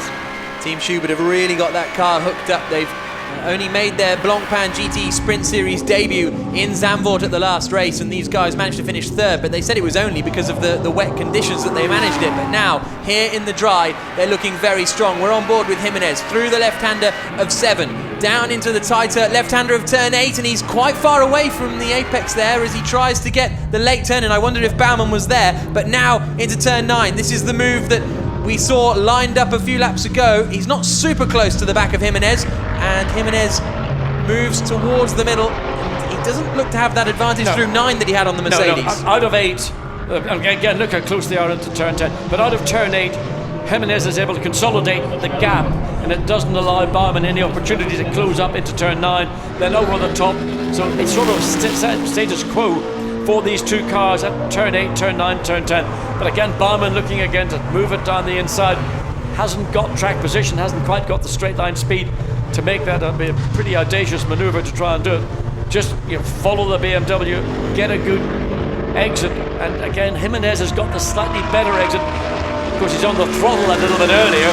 But again, it's just giving him that little momentary breathing space before he's got to keep an eye and see what Baumann's planning to do. Not close enough to make a dive down the inside, you would have thought, and he thought better of it. Absolutely. Maybe into turn 3 could be an opportunity for Baumann, because he's been so superior on the brakes there so far, and he is right up behind the BMW Team Brazil car as they come now through turn 2. 5.5 minutes to go here in the Slovakia ring, and this is the battle for the lead of the race. Down towards the 3rd corner, Baumann has been supreme on the brakes as they come into turn number 3 so often this weekend, and you'll see him just close right in, but this time he doesn't go quite as deep as he has done in previous laps, and Jimenez is aware of that as well. Yeah, I mean, there's running right under the rear wing. All it means is you're going to be delaying your return to the throttle pedal, so this time maybe a little bit more thought about what he's doing. It's about ultimately track position. The track position he's got to focus on is to be as close to the back of the Brazil BMW as possible as they exit turn 8. That's the corner they're now coming into. So he's gone slightly deeper, more acute angle to try and get the acceleration. And he's got the acceleration this time out of turn 8, up into turn 9, and marginally closer these two cars are as they go through turn 9. But it's not going to be close enough for Baumann to make that move. We saw him execute so skillfully with Max Goertz in the Mercedes. Yeah, he just doesn't have the advantage through turn 9. That's where Jimenez is looking pretty strong. Takes all sorts of curb and grass on the inside of turn 10. Caca Bueno looking pretty nervy. He's fingers crossed all around the Brazilian BMW camp. We've got 4 minutes and 20 seconds to go, so we've probably only got 2 laps to go by the time they get to the start-finish line. It'll be pretty close. Baumann slightly showing his nose towards the final corner, but nowhere near close enough. This is going to be very, very tight, actually, as to how many more laps we get out of this. I think we're about to start the penultimate lap of the race here with 4 minutes to go as they come across the line. So this is the penultimate lap, I'd say, as they head down towards turn number 1 again, and it's Sergio Jimenez looking for BMW Team Brazil's first win in the Blancpain Sprint Series. Baumann pulls out just to show his nose, nothing doing. No, but just puts more pressure on Sergio Jimenez, who's been under pressure pretty much since he got in behind the wheel of his BMW, again using the middle of the racetrack to deny anything from Baumann. Baumann again relatively close coming through turn 2, and on the exit runs the car right out to the very edge, slightly wider than the Brazil BMW does. Again, now this over the top little down under brakes. This is where Baumann has been strong, but again no opportunity to get up on the inside of the Brazil BMW, but right as close as you can be. What superb racing in the Blancpain Sprint Series. We've had it all season. It's been a wonderful year in this championship, and hopefully we'll have a fun remaining 3 rounds as well. Kaka Bueno looked like he was getting a little exasperated, then he spotted himself on the TV and calmed it all down a little bit. Steph Dusseldorp's just done the fastest first sector of anyone in the HTP Mercedes, and here comes Baumann. He's got past the BMW Team Brazil car on the exit of turn 6, I think that was. And is that a problem for Jimenez? He seemed to have dramatically slowed down. Baumann is away, and he's in the lead of the race for Team Schubert. Suddenly the BMW of Baumann just tore past the Brazil car. We didn't see the beginning of it, but it all happened in turn 5 and 6. It was coming off whatever happened in turn 3 into 4, and all of a sudden Dominic Baumann carried way more speed than Sergio Jimenez was able to do. I don't know whether Jimenez was caught wrong-footed by that move of Baumann, but whatever it was a successful and brilliant overtake by the young driver. I'm wondering if he's gone around the outside of turn 6 or something there, because he's got such superior grip. He did something which completely caught Jimenez by surprise, or maybe Jimenez did respond and react to the pressure. So through the penultimate corner now, on the second to last lap of this race, Dominic Baumann has taken the lead and is now going to come across the line to start his final lap, and he is now in the lead of the race. Dominic Baumann for BMW Team Schubert. Superb performance from them. That car has had so much speed, it's been superb, and I don't think that Sergio Jimenez has got anything to fight back with. That last lap at 2 minute 1.990. Here comes the replay. This is round the right-hander of turn 6. And yeah, he goes around the outside. Superb stuff from Dominic Baumann. What a move to take the lead of the race on the penultimate lap. Kaka Bueno, well, that's a pensive figure he casts in the pit lane. Second place will still be the best result ever for the BMW Team Brazil squad in the Blancpain Sprint Series, but nevertheless, it's going to be huge frustration for them because they were within a lap of victory. But Dominic Baumann, the 2012 FIA GT3 European champion, alongside Max Buch, has taken the lead of the race here at turn 6 on the final lap. You can see the differing lines through there actually, so maybe that is exactly how he did it. And Max Goetz is still running in third place, but he's only 0.4 of a second ahead of René Rast. It's super close for third position as they come onto the final lap, and Rast will be desperate to get past Goetz, so that'll be an interesting one to keep an eye out for. Now that Jimenez has dropped down into second position, over the crest of the hill though, comes Dominic Baumann. And here are the two, and Rast is through. Rast has got past Max Goetz, so he is up into third place on the final lap of the race. That drops the championship leaders down into fourth position. That'll be good news for Rast and Ede. It'll move them up to third position in the Drivers' Championship as they turn through the left-hander. But here now, into the final corner, for the final time, comes the 76 Schubert BMW squad. They only joined the championship at the last round in Zandvoort. They had a podium finish there, but thanks to a superb drive from Dominic Baumann, they're going to take victory in Slovakia. A superb performance. Dominic Baumann and Thomas Jäger win for Schubert BMW. It's second place for Sergio Jimenez. He will be so frustrated that he let that lead slip. Third place on the final lap for René Rast. He and Enzo Ede finishing on the podium after being in the gravel trap at the first corner. Fourth place for Max Goetz. That extends his championship advantage, but for fourth place he will pick up 12 points, so it'll only be up to 18 points. Fifth place now will be Lucas Stoltz and Lucas Wolf, and they win the Silver Cup with fifth overall. Pro-Am victory goes to Alessandro Latifi and Marc Basseng, their best overall finish of the season so far, with a 7th place slot. Sixth position for Steph Dusseldorp and Sergei Afanasiev after starting in 19th on the grid.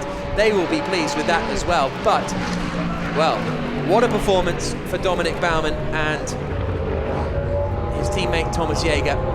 Baumann won here actually in one of the German championships a couple of weeks ago, and he has now been very, very strong, stepping up to the Blancpain GT Sprint Series. There across the line goes Mateusz Lisowski, so second in the Silver Cup for them, because Aman Ibrahim had 2 or 3 excursions into the gravel. Apparently there was reported contact between René Rast and Max Goetz, so it'll be interesting to find out how Rast got past, and that is now under investigation, as is the move between Lukas Stoltz and Alessandro Latifi. So a few investigations for the race directors to get their teeth into. Here across the line is the 34 car of David Fuminelli. He finishes down in 13th place and 4th in the Silver Cup. And, well, a bit of a rest now as Thomas Jäger runs down the pit lane, high fives with everyone out there. And these two guys initially wanted to enter the Silver Cup, but Dominic Baumann was classified as a gold driver, having won the 2012 GT3 European Championship. So as a result, they couldn't enter the Silver Cup. And I think they've proven their point, entering the Pro Cup and winning the race. But what a race it was here in Slovakia. First corner chaos put out Harry Procek, it put out Mateusz Stumpf, it put out Fabian Hamprecht. So it was a very, very entertaining race from start to finish. As we had yesterday, a few red flag periods caused a little bit of tapping of the fingers, but nevertheless today has been entertainment from start to finish. And well, you have to feel for Sergio Jimenez. What a result that would have been for BMW Team Brazil. The increased Brazilian presence in the Blancpain Sprint Series is superb. It's wonderful to have them here. Antonio Herman and his squad coming out from Brazil for every race, and maybe in the future we'll be able to return the favour and go down there. We'll wait and see. But nevertheless, what a result for Sergio Jimenez, for Dominic Baumann and Thomas Jäger.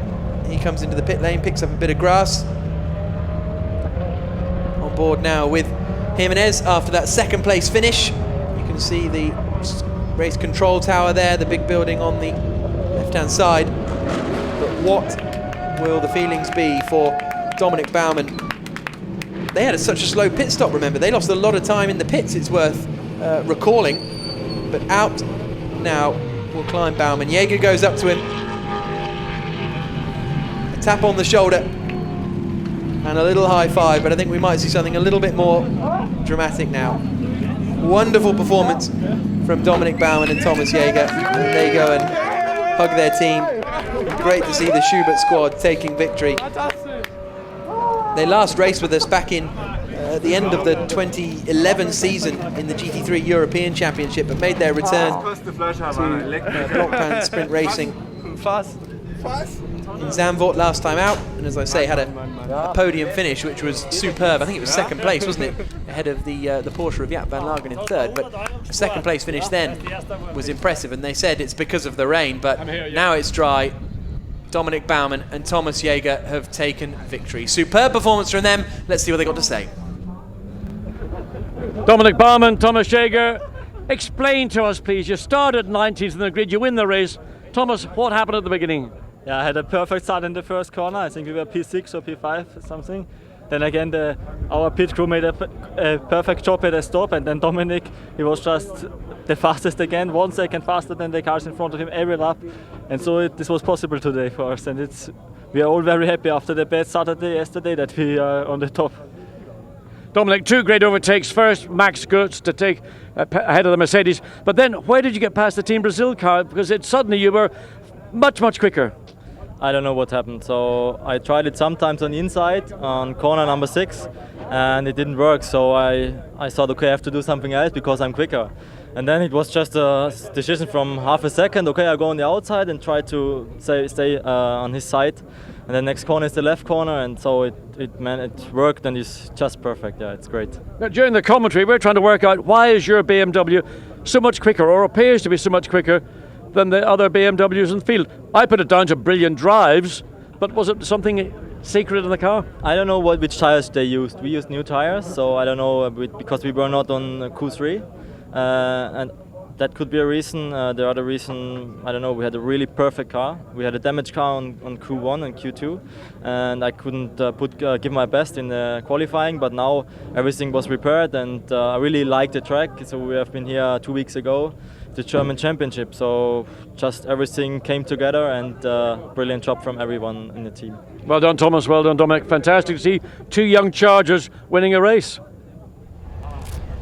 Well, that's a very good point actually that John made. It hadn't even occurred to me that they started so far back on the grid. 19th position. It was ultimately 18th once the race got started because we lost Fuminelli and Colombo. But yeah, they finished 19th in.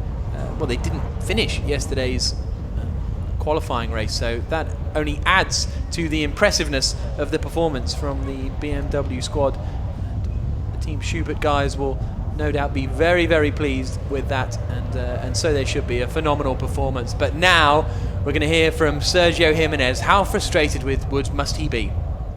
Great drive on your opening stint there, Kako, but sadly at the end you got caught by the other BMW. Yes, no, it's a great race. In the start the peloton's a little bit crazy. I just wait and going second, a good pace, and Jimenez make a good job. We qualifying in 21.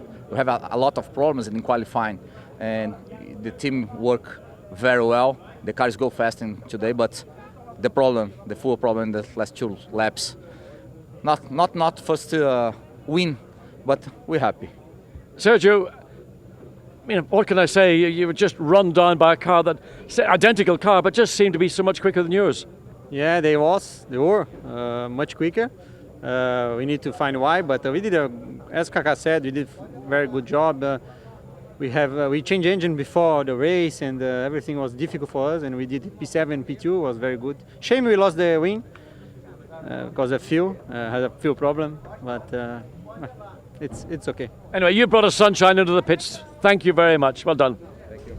So a fuel problem from says Sergio Jimenez, affecting the outcome there of their race, but they'll still be on the podium and the best ever result for the BMW Team Brazil squad with us here in Blancpain Sprint. So positives all around, and there is the 0 BMW that has provided such entertainment this afternoon.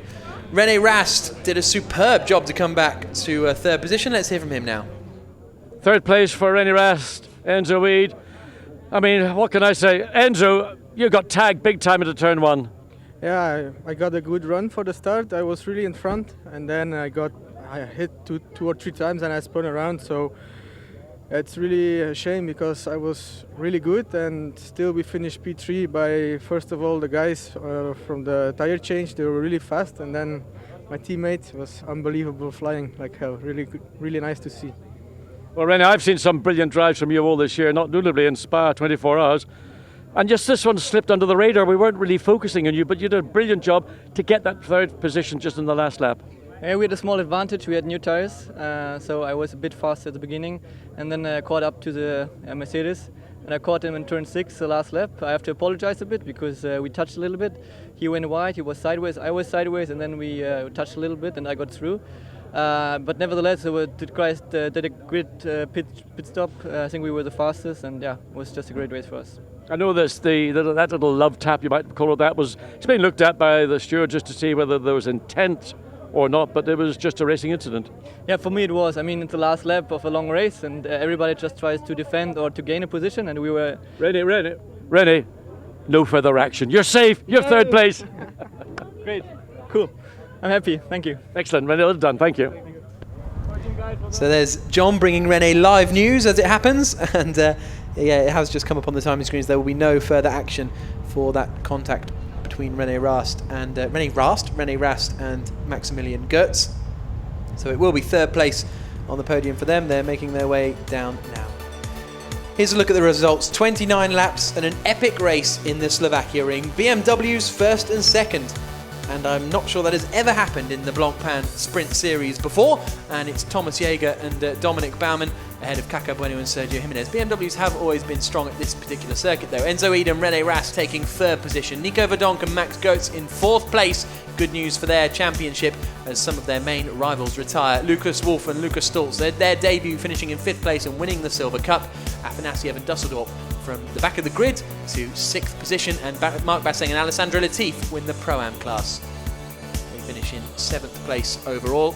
And there you can see Cesar Ramos and Laurence Vanthor, after a difficult race for them, they end up finishing down in 12th position. Sasha Halek and Stefan Landman in 12th spot, just behind Ramos and Vanthor, but they were a lap down. And then David Fuminelli and Stefano Colombo were the last of our finishers in 13th place ultimately. And we lost the rest of the field after a difficult and attritional race, and the rain has just started actually here in Slovakia, so very nice that we've missed that. And here are our classified finishers. Colombo and Fuminelli took the flag.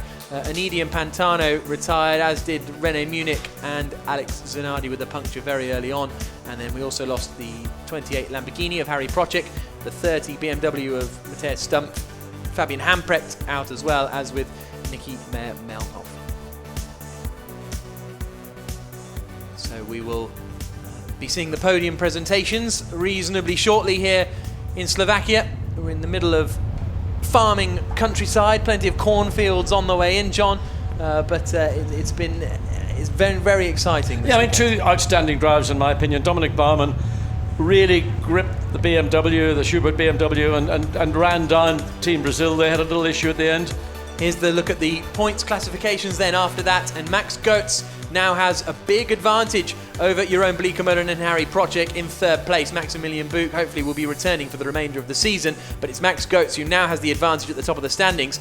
3rd place, 4th place is now Caca Bueno and Sergio Jimenez, level on points with Enzo Ede and René Rast, so that's a very interesting development. Dominic Baumann and Thomas Jaeger, despite only competing in 2 races, are now up into 6th. Reigning champion Laurence Vanthor down in 7th place. Yeah, I mean, we've mentioned Dominic Baumann, a great drive, but the one that flew under the radar for us was in fact René Rast, who was given the car by Enzo Ede, who had to recover from the tag in turn 1.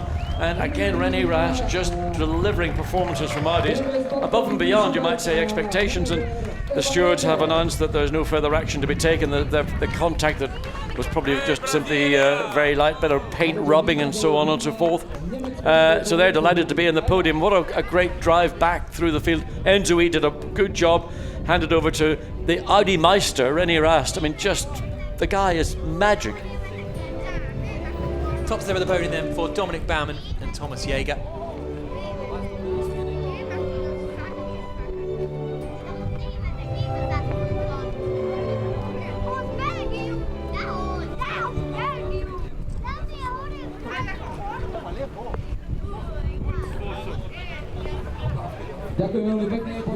So the rain has just started here in Slovakia, so as soon as the anthem finishes, it's time to get the hats on. And there you can see Pavel Chulik, the CEO of the Slovakia Ring, handing out the 3rd place trophies to Enzo Ede and René Rast, 2nd place trophies, and a kiss as well for Caca Bueno and Sergio Jimenez. Great performance from them, wonderful to see them up on the podium again. But it's the top step of the podium for Dominic Baumann and Thomas Jaeger. For the first time, a victory for them in the Blancpain Sprint Series. Wonderful performance, and they are rightly the winners here in Slovakia after an excellent race. The overtakes, particularly we saw Dominic Baumann getting past the Mercedes into turn 10, and then we didn't quite catch the overtake to take the lead of the race, and Dominic Baumann explained it to us in the Parc Fermé. He had to go the long way around. The prize money being handed out by Stefan Rattel, so 30,000 euros for the winner, and that's more than helpful. I'll tell you what, that would buy you a really top-of-the-range stereo amplifier. Yes, it would. And now it's time for the champagne, and they won't mind getting wet because the rain is starting to come down here in Slovakia, so they're just going to get wetter. But delight for the Brazilians, their 2nd podium in the Blancpain Sprint Series, but more delight for Dominic Baumann and Thomas Jaeger. They take victory for the first time here in Slovakia. A wonderful performance, and they are really enjoying themselves up there. Yeah, and it's interesting, Schubert have come in, it's just, Zandvoort was their debut event and they were very strong there, and I mean, okay, you can if and or but. Had the race not had that instance in turn 1, what would have happened? Remember, they started at the very back of the field. Okay, opportunism and just keeping out of trouble helped them get through in the opening laps. But the pace, both with Thomas Jäger and Dominic Baumann, was there all the way through, and they were on balance the quickest car throughout the week, throughout this today's event. There you can see some slow-mo champagne action on the top step. Enzo, he thought about not spraying it, but then decided actually he wanted to get involved. And he's had a strong weekend actually. He drove well yesterday. He was leading the race. He had a spin that put him out right at the end, but apart from that, he looked pretty confident. And again, to recover from spinning on the first lap today, he did well to get himself back into contention. Yeah, and what he did, he brought the car back. I mean, the damage to the car was probably very small, but got it back on track. I mean, when you go through the gravel traps here, you get a right shot peening. Now, that's not a blank screen, that's the sky. That's what we're looking at from the commentary booth. The heavens have opened, and it's almost the same volume and weight of rain that we had here fall during the first round of the 2 events here in the Slovakia ring. And here now is the podium for the Silver Cup. The top step of the podium, Lucas Wolf, and alongside him, Lucas Stoltz. We've also got our Pro-Am winners there, Marc Basseng and Alessandro Latif. In second place in the Pro-Am Cup, we have Aman Ibrahim and his teammate Miguel Torrell. Third in the Silver Cup, Mateusz Lisowski and Vincent Abril. As they now listen to the national anthems, but it's not pleasant conditions up there for this podium ceremony. Look at that. I'm glad I didn't finish on the podium today. I mean, that's coming down sideways. I mean, apart from the rain, the wind is also, I think it's even picked up from the minute I was down in the pit lane in Parc Fermé. Nothing wrong with a bit of rain, doesn't do you any harm, chaps. But when you come out of a race car and you're hot and sweaty, so the ceremonies are going to be carried out hopefully as quickly as possible and let these guys get away and get changed. I mean, they may want to do an ice bath challenge as was actually taking place out on the, just literally on the pit wall. One of the teams opted to do it, 6 of the team members standing there in t-shirts and pretty much nothing else for their ice bucket challenge. But the Silver Cup victory in their first race in the Blancpain Sprint Series for Lucas Stoltz and Lucas Wolf, taking victory for the HDP Motorsport Mercedes, their third car this weekend. Very, very impressive stuff. And they are on the top step, and they now will receive their checks, which are becoming a little bit of a challenge in these conditions, but these guys get 20,000 euros for winning the Silver Cup. Very, very a good package that has been put on, but a wonderful performance from Stoltz and Wolf here in the Slovakia ring. So let's have a look back at this main race here in Slovakia. Going down towards the first corner, it was a real squeeze because our race leader was Harry Procik in that white Lamborghini, but as he turned into turn 1, it all kicked off around him and he ended up in the gravel trap along with the likes of Fabian Hamprecht, along with Mateusz Stump. Fabio Anidi dived through it as well. This was the view from the Zero car as they came into the first corner. Yeah, and it looks as if Cesar Ramos sort of backed off very early, then decided to have another go, at which point the cars ahead of him and they're all backing off, and Niki Mayamelnov also self-induced incident. We think we didn't see the beginning of it, we just saw the tail end of it, and this may well be... This was Alex Zanardi picking up a puncture, possibly with that contact there with Marc Basseng, but whatever happened, the rear left went down. It was a great start from Miguel Torrell. He was running quite high up the order, but then started to slip back, and there he was overtaken by Lucas Wolf. And there was also big damage to Cesar Ramos's car after that first corner incident. But he still managed to do battle with his teammate, which was Mateusz Lisowski and Vincent Abril. And managed to get past and then followed through on Miguel Torrell, coming up the inside into turn 8 to move past. But there in front was the BMW that ultimately would make his way very, very far up the order. Bit of a moment there for Abril as he came onto the brakes, but then out of the pits after the window, into the lead of the race went Maximilian Goetz. Kaka Bueno knows it's tiny margins that make the difference here. Laurens Vanthoor had a bit of a scary moment, almost doing what Albert von Taxis did a couple of years ago, but he managed to keep it all together. And then poor Lucas Wolf got a tyre in the back, and that frustrated the HDP team. And there was the moment that the lead of the race was taken around the outside of the final corner. Into the lead of the race went Dominic Baumann. Luca Stoltz was on a mission, and then into the lead of the race went Baumann. He closed in on Sergio Jimenez and managed to take the lead. They held on to take victory. Frustration for Brazilian BMW, but what a wonderful weekend it's been in the Slovakia ring. Next up, we are in Portimao in 2 weeks' time. From myself, Jack Nichols, and John Watson, who's been alongside me. We'll see you then.